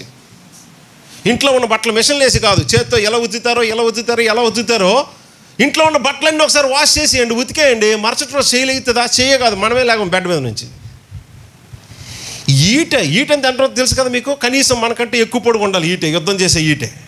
అది ఎంత పొరుగు ఉంటుంది తెలుసా? ఇప్పుడు గడ్డపార ఉంటుంది చూడండి, అది ఒకసారి ఎత్తి 100 దెబ్బలేయండి కిందకి ఆపకుండా. 300 మంది అదేదో పడుకున్నప్పుడు చంపేలే ఈయన. వాళ్ళు వీరులే, సైన్యమే ఆయన మీద దాడి చేస్తుంటే అవి తప్పించుకొని మరి ఒక్కొక్కరిని పొడిచి పడేస్తున్నాడు. ఇలాంటోడు మన ఊర్లో ఉంటే ఏం చేస్తామో తెలుసా? బాబు నువ్వే మగాడివి మొనగాడివి, నీ కోసమే మేమందరం ఏం చేయమంటా చెప్పంటే అతగాడి దగ్గర ఉన్న యుద్ధ విద్యలన్నీ నేర్పించి ఒక చిన్న సైన్యాన్ని తయారు చేసి ఆ ఊరి మీద ఈ ఊరి మీద చుట్టుపక్కల ఊరి మీద పడి అలాగ రాజ్యాన్ని పెంచి రాజు అయిపోవచ్చు. కానీ ఈయనకి ఎంత గొప్ప రికార్డు, అవకాశం, ధైర్య సాహసాలు ఉన్నా తన రాజ్యం కట్టుకోవడానికి ఆయన బతకలేదు. జీవితకాలం ఒక ఆయన వెనకాతలు ఉన్నాడు, కనిపించలేదు. ఎవరు వెనకాతలు ఉన్నాడు? ఎందుకున్నాడు? మరి దానికి ఏం చెప్తారు? దావీదు ఎంతకంటే వీరుడని ఆ కారణం చెప్తారా? కాదు. వీళ్ళందరికంటే నెంబర్ 1 చెప్తాను చూడండి. నెంబర్ 1 కాదు, నిజానికి ఆయన నెంబర్ 2. చదువుతున్నాం మనం 8వ వచనం. దీంతో మనం ముగిస్తాంలేండి. ఇంకేది ఎప్పుడు ముగిస్తాడు అనుకుంటున్నారేమో, అయిపోయింది. దీంతో మనం ముగిస్తాం. ఎందుకంటే ఈ విషయాలు అతి ప్రాముఖ్యమైన పాఠం కోసమే ఇంతవరకు మనం చూసాం. చదువుతున్నాం మనం 8వ వచనం. దావీదు అనుచరులలో చివరి వచనం కాబట్టి ఒక్క క్షణం మనసు పెట్టి చూడండి, మరి కొద్దిసేపట్లో ప్రార్థన చేసుకుంటాం. 8వ వచనం, దావీదు అనుచరులలో బలార్జీలు ఎవరనగా యోషే బెత్షెబెతును ముఖ్యుడు తక్మోనీయుడు. అతడు ఒక యుద్ధంలో 800 మందిని హతము చేశాను. ఒక యుద్ధంలో 800 మందిని చంపాడట. ఆయన పేరు ఏం పేరు చెప్పండి? చూసారా, వాక్యం చదివిన పేరు చెప్పట్లేదు మనం. ఆయన పేరు యోషే. కేరళ వాళ్ళు ఎక్కువ పెట్టుకుంటారు జోస్ అని. జోస్ అనే పేరు యోషే అని ఉంది ఇక్కడ. ఈయన పేరు మనకు తెలియదు. ఒక యుద్ధంలో 800 మందిని చంపాడట. ఇది కానీ ఇంకేమనాలి చెప్పండి? 300 మందిని చంపినోడి గురించే మనకి మాటలు రాలేదు. 800 చంపినోడిని ఏమనాలి అసలు? ఇలాంటి వాడు ఒక గొప్ప రాజ్యాన్ని కట్టి గొప్ప రాజు అయిపోవచ్చు, కానీ జీవితకాలం ఒక ఆయన వెనకాతలు ఉన్నాడు. ఎందుకో తెలుసండి? దావీదు కాబట్టి. అదే దావీదు అంటే ఎందుకు దావీదు వెనకాతలు ఉండాలి? దావీదు గారే. ఆయన వెనకాతలు ఎందుకు ఉండాలి?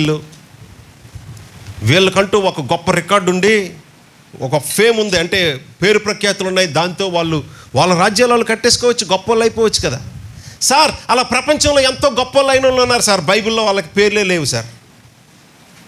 మీకు అర్థమవుతుందా? ప్రపంచంలో ఎంతకంటే గొప్ప వీరులు ఉన్నారు చరిత్రలో. వాళ్ళు కూడా వాళ్ళకున్న గొప్ప వీరత్వం స్వరత్వాన్ని బట్టి కొద్ది రాజ్యాలు కట్టేసి గొప్ప వాళ్ళు అయిపోయారు, కానీ వాళ్ళ పేర్లు బైబిల్లో లేవు. కానీ వీళ్ళ పేర్లే బైబిల్లో ఎందుకున్నాయంటే దేవుడు కోరుకున్న సేవకులతో వీళ్ళున్నారు కాబట్టి దేవుడు ఆ సేవకునికి ఏ బాధ్యత అప్పగించాడో ఆ బాధ్యత సేవకుడు నెరవేర్చడానికి సహకారులు కావాలి. ఇదిగో పాస్టర్ గారు మీరు సేవ చేయండి, మేము డబ్బులు పంపిస్తామంటారు, కానీ జీవితంలో ఏ సమస్య వచ్చినా ఒక్కరు పక్కన కనిపించరు. అలాంటి వాళ్ళు కావాల్సింది. కొన్నిసార్లు మీరు పంపించే డబ్బుల కంటే మీరే ఉండాలి పక్కన సేవకులకు. దేవుడు తన ప్రజలు, ఇక్కడ ఇశ్రాయేల్ ఉంది, వాళ్ళ కోసం దేవుడు కోరుకున్న కాపరి లేకపోతే తన నాయకుడైన దావీదు కావచ్చు. ఆ దావీదు గారు దేవుడు అప్పగించిన పని మంచిగా నెరవేర్చాలంటే ఆయనకి నమ్మకమైన టీం కావాలి. పిల్లలు వింటున్నారా? యవనస్తులు, తమ్ముళ్ళు, ప్లీజ్ ఈ మాట వినండి.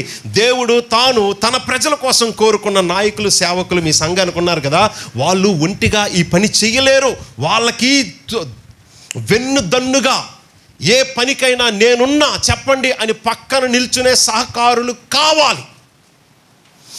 40 సంవత్సరాల రాజ్యం కోసమే, వినండి 40 సంవత్సరాల మినిస్ట్రీ కోసమే, 40 సంవత్సరాల రాజ్య పరిపాలన కోసమే తనకి సహకరించి వెన్నుదన్నుగా ఉన్న వాళ్ళని మర్చిపోలేకుండా దావీదు గారు తన మరణకాలంలో వాళ్ళ గురించి కూడా రికార్డ్ చేస్తున్నాడు. దేవుడు ఫైనల్గా ఇచ్చిన మెసేజ్ని, దేవుడు నాకు అప్పగించిన పనిని నేను నమ్మకంగా నా చేతనైన బెస్ట్ చేయడానికి నాకు కానీ వీళ్ళు కానీ లేకపోయారా నేను ఎప్పుడో చచ్చిపోయేవాడిని. నన్ను చంపడానికి ఎన్నో ప్రయత్నాలు వస్తే నన్ను ధైర్యపరిచి నా వెనకాతలున్న ఈ 37 మంది వీరులు మామూలు కాదు, నేనే గొప్పవాడిని అనుకుంటున్నారు కదా. ఒక యుద్ధంలో సౌలు 1000 మందిని చంపితే దావీదు 10,000 మందిని చంపుతాడని పాటలు పాడారు కదా. నాకు దేవుడు అప్పగించిన పనిని నేను నమ్మకంగా నెరవేర్చడానికి వీళ్ళు లేకపోతే నేను అసలు ఉండేవాడిని కాను. నేను ప్రాణాలతో ఉంటే కదా దేవుడు అప్పగించిన పని నేను జరిగించాలి. నేను ప్రాణాలతో కాపాడబడి డిప్రెషన్ వచ్చినప్పుడు, భయం వచ్చినప్పుడు, తరంబడినప్పుడు నన్ను విడవకుండా నాతో ఉండి నాతో పాటు పస్తులుండి సమస్యలు, వాళ్ళు మళ్ళీ మామూలు కాదు, ఒక్కొక్కడు ఒక రాజు అయిపోయే గొప్ప రికార్డు ఉంది. కానీ అవన్నీ పక్కన పెట్టి దేవుడు నన్ను పిలుచుకున్నాడు, కోరుకున్నాడని దేవునితో ఉండడమే, దేవుడు కోరుకున్న ప్రజలకి, దేవుడు కోరుకున్న సేవకులతో జీవించడమే అసలైన జీవితం అని. చూసారా, వీళ్ళ దగ్గర ఉన్న వీరత్వం, శూరత్వం మనకు కనిపిస్తుంది. కానీ భక్తి చూసారు ఎలా ఉందో, వాళ్ళ జ్ఞానం చూసారు ఎలా ఉందో అని మీకు అర్థం. ఒకసారి ఆలోచించండి. ఇక్కడ ఉన్న వాళ్ళు మంచి ఉద్యోగస్తులు ఉండొచ్చు, మంచి వ్యాపారస్తులు ఉండొచ్చు, మీరు చాలా పైసలు సంపాదించగలిగే సామర్థ్యం ఉండొచ్చు.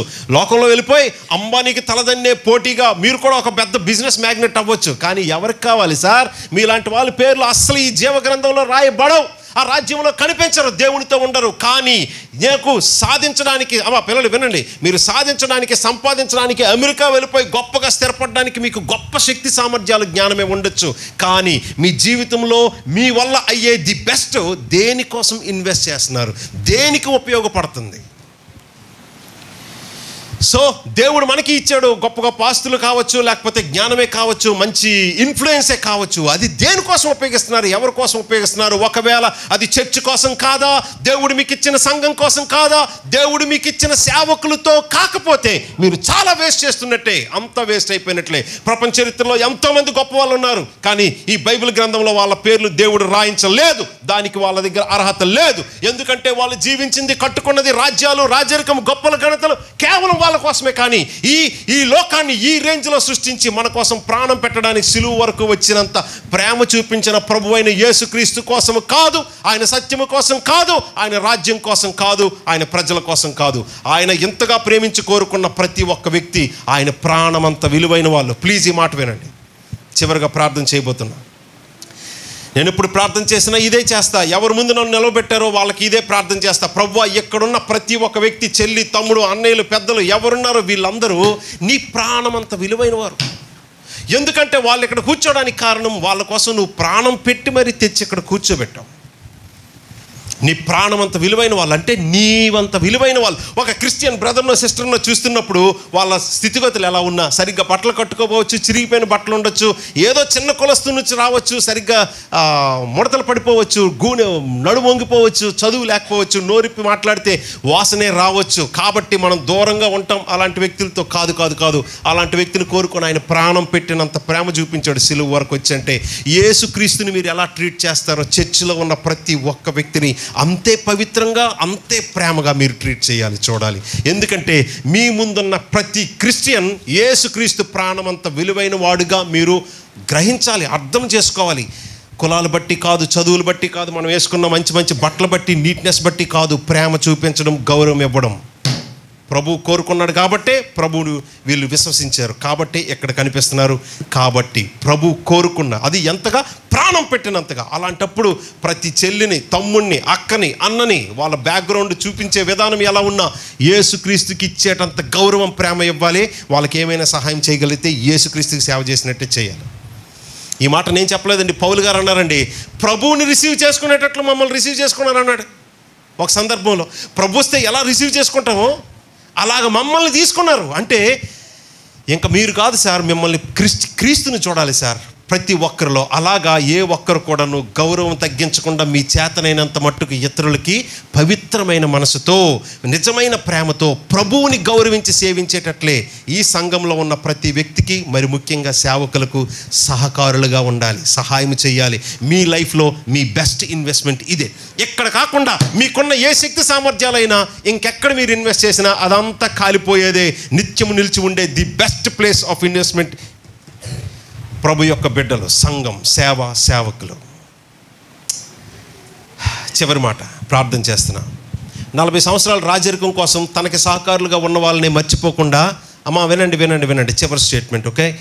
40 సంవత్సరాల రాజరికం కోసం తనని విడిచిపెట్టకుండా ఆయనకి సహకారులుగా ఉన్న ఈ వీరుల గురించి మర్చిపోలేకుండా డెత్ బెడ్ మీద ఉండి కూడా చివరి రోజుల్లో కూడా వాళ్ళ గురించి జ్ఞాపకం చేసుకుంటున్నాడు దావీదు. అలాంటిది అసలైన రాజుగారి కోసం, నిత్యమైన ఆయన రాజ్యం కోసం పనిచేసే సేవకులను, సహకారులను ఆయన ఇంకెంత నిత్యముగా జ్ఞాపకం చేసుకొని మనం ఆయన రాజ్యం కోసం చేసే ఏ చిన్న పనైనా మరి ఇంకెంత గొప్పగా చెప్పుకుంటాడో చూడండి.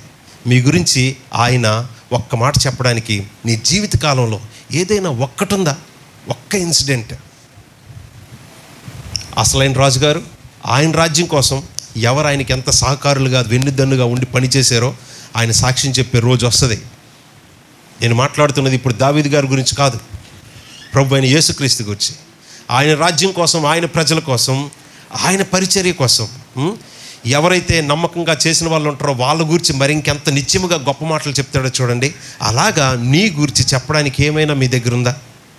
ఈరోజు వరకు లేకపోయినా పర్వాలేదంటే అది కూడా పర్వాలేదు కాదు, ఒక రకంగా పర్వాలేదు, స్టిల్ ఈ మాటలన్నీ విన్నారంటే మీకు అవకాశం ఉంది. కాబట్టి ఇప్పుడు మీ నోటి నుంచి రావాల్సిన ఒకే ఒక్క ప్రార్థన ఏంటో తెలుసండి? ప్రభువా, నేను, నా కుటుంబం. ఇక్కడ ఎవరైనా వయసు అయిపోయింది నేను ఇంకేమవుద్దు అనుకుంటున్నారేమో, మీ పిల్లల గురించి ప్రార్థన చేయండి. నా కుటుంబంలో నీ కోసం సేవ చేసిన వాళ్ళు ఒక్కరు కూడా లేరు ప్రభువా. అందరూ ఉద్యోగాలు, వ్యాపారాలు, పైసలు అనుకుని వెళ్ళిపోయిన వాళ్ళే. నా కుటుంబంలో ఈరోజు వరకు ఒక్కరు కూడా నీ కోసం సేవ చేసిన వాళ్ళు లేరు. సేవ అంటే అంత చీప్ అనుకుంటున్నారా? మీ ప్రార్థన ఇదే కావాలి. ప్రభువా, నేను నీ రాజ్యం, నీ సేవకులు, నీ ప్రజల కోసం నేను ప్రయాసపడాలి.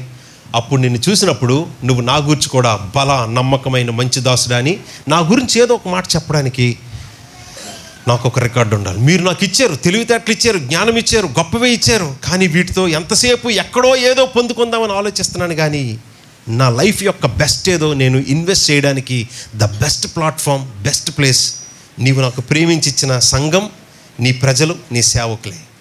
వారికి నేను ఉపయోగపడింది ఈ లోకంలో ఏదో పేరు తెచ్చుకొని ఎవరికో సంతోషపెట్టి సంతృప్తిపరచడానికి అది నాకు పాపం. నీకు, నీ సంఘానికి, నీ ప్రజలకి, మరి ముఖ్యంగా నీ సేవకులకి నేను ఉపయోగపడాలి. నన్ను కూడా బలపరచు, నేను కూడా నీ కోసం. ప్రార్థన చేసుకుందాం, తలలు వంచుదాం.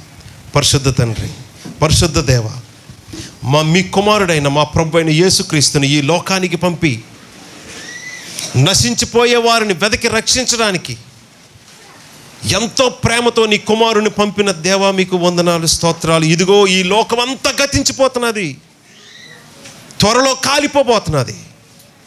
నిత్యము నిలిచి ఉండేవి కేవలం నీ మాటలే, నీ ప్రజలే, నీ రాజ్యమే. మేము మా జీవితంలో ఉన్న ఏ ప్రత్యేక టాలెంట్ అయినా, ఏ జ్ఞానమైనా, తెలివితేటలైనా, శక్తియుక్తులైనా, ధనమైనా, కుటుంబమైనా మేము ఇన్వెస్ట్ చేస్తే నిత్యము నిలిచి ఉండే దానికోసం ఇన్వెస్ట్ చేయాలి. నశించిపోయే లోకంలో మేమేదో సంపాదించలేదని దుఃఖపడ్డం, బాధపడ్డం, దాన్ని బట్టి డిప్రెషన్తో నీ నుంచి దూరం అయిపోవడం మాకు దూరమవునుగాక. ఈ లోకంలో మేము అనుకున్నవి ఏవో సాధించలేదని దేవుని మీద అప్సెట్తో నీ నుంచి దూరం అయిపోకుండా మేము సాధించాల్సింది, సంపాదించాల్సింది, నా గురించి దేవుడు ఒక్క మాట చెప్పేటట్లు నేను ఒక్క ఇంప్రెషన్ దేవుని ముందు సంపాదించుకోవాలి. అది కూడా ఎక్కడో కాదు, ఇదిగో దేవుడు కోరుకున్న ప్రజల కోసం పని చేయాలి, నా సంఘము కోసం నేను పని చేయాలి. ఒక సేవ ఉంది, ఒక పని ఉందంటే తప్పించుకొని వెళ్ళిపోకూడదు. నా లైఫ్ టైం అంతట్లో నేను ఇన్వెస్ట్ చేసే బెస్ట్ టైం చర్చికి ఇచ్చిందే, చర్చికి చేసిందే. తన ప్రజలకు, తాను ప్రేమించి ప్రాణం పెట్టి సంపాదించుకున్న తన ప్రజలకు, ఆ గొప్ప సేవకులకు నేను అందుబాటులో లేకపోతే, ఉపయోగపడకపోతే నేను దేవునికి ఉపయోగపడనట్టే. దేవునికి ఉపయోగపడిన జీవితం అది వ్యర్థం.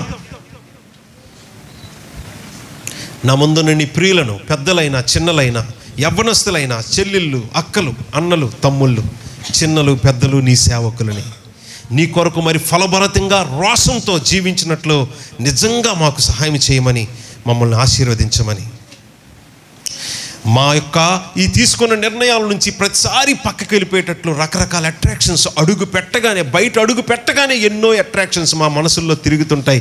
ప్రతి లోకంలో ఉన్న అట్రాక్షన్కి మేము పడిపోయి ఇదిగో ఈ గొప్ప పిలుపు నుంచి దూరం అవ్వకుండా నా దేవుని కోసం సమస్తం నేను చేయగలను. దేని బట్టి అంటే నన్ను బలపరుస్తాడు. నా దగ్గరున్న బలం బట్టి కాదు, దేవునికి నేను ఉపయోగపడడానికి నన్ను బలపరుస్తాడు. ఆ దేవునికి నేను ఉపయోగపడాలని ఈ స్థలంలో ఎవరెవరు నిజంగా ఆశిస్తున్నారో వారిని, వారి కుటుంబాలని నిజంగా నీ గొప్ప కార్యాల కొరకు వాడుకొని నీ మహిమ రాజ్యంలో మమ్మల్ని, మా ద్వారా ఇంకనేక మందిని జ్ఞాపకం చేసుకొని ఎప్పటికీ మీకే మహిమ, ఘనత, ప్రభావాలు పొందుకొనమని మా ప్రభువు, లోకరక్షకుడు, మాలాంటి వారి ప్రార్థన ఆలకించడానికి మాకున్న ఒకే ఒక్క నామమైన యేసుక్రీస్తు ప్రభు పేరిట ఈ విన్నపాలు అడిగి పొంది ఉండి మిమ్మల్ని స్తుతిస్తున్నాము తండ్రి. ఆమేన్.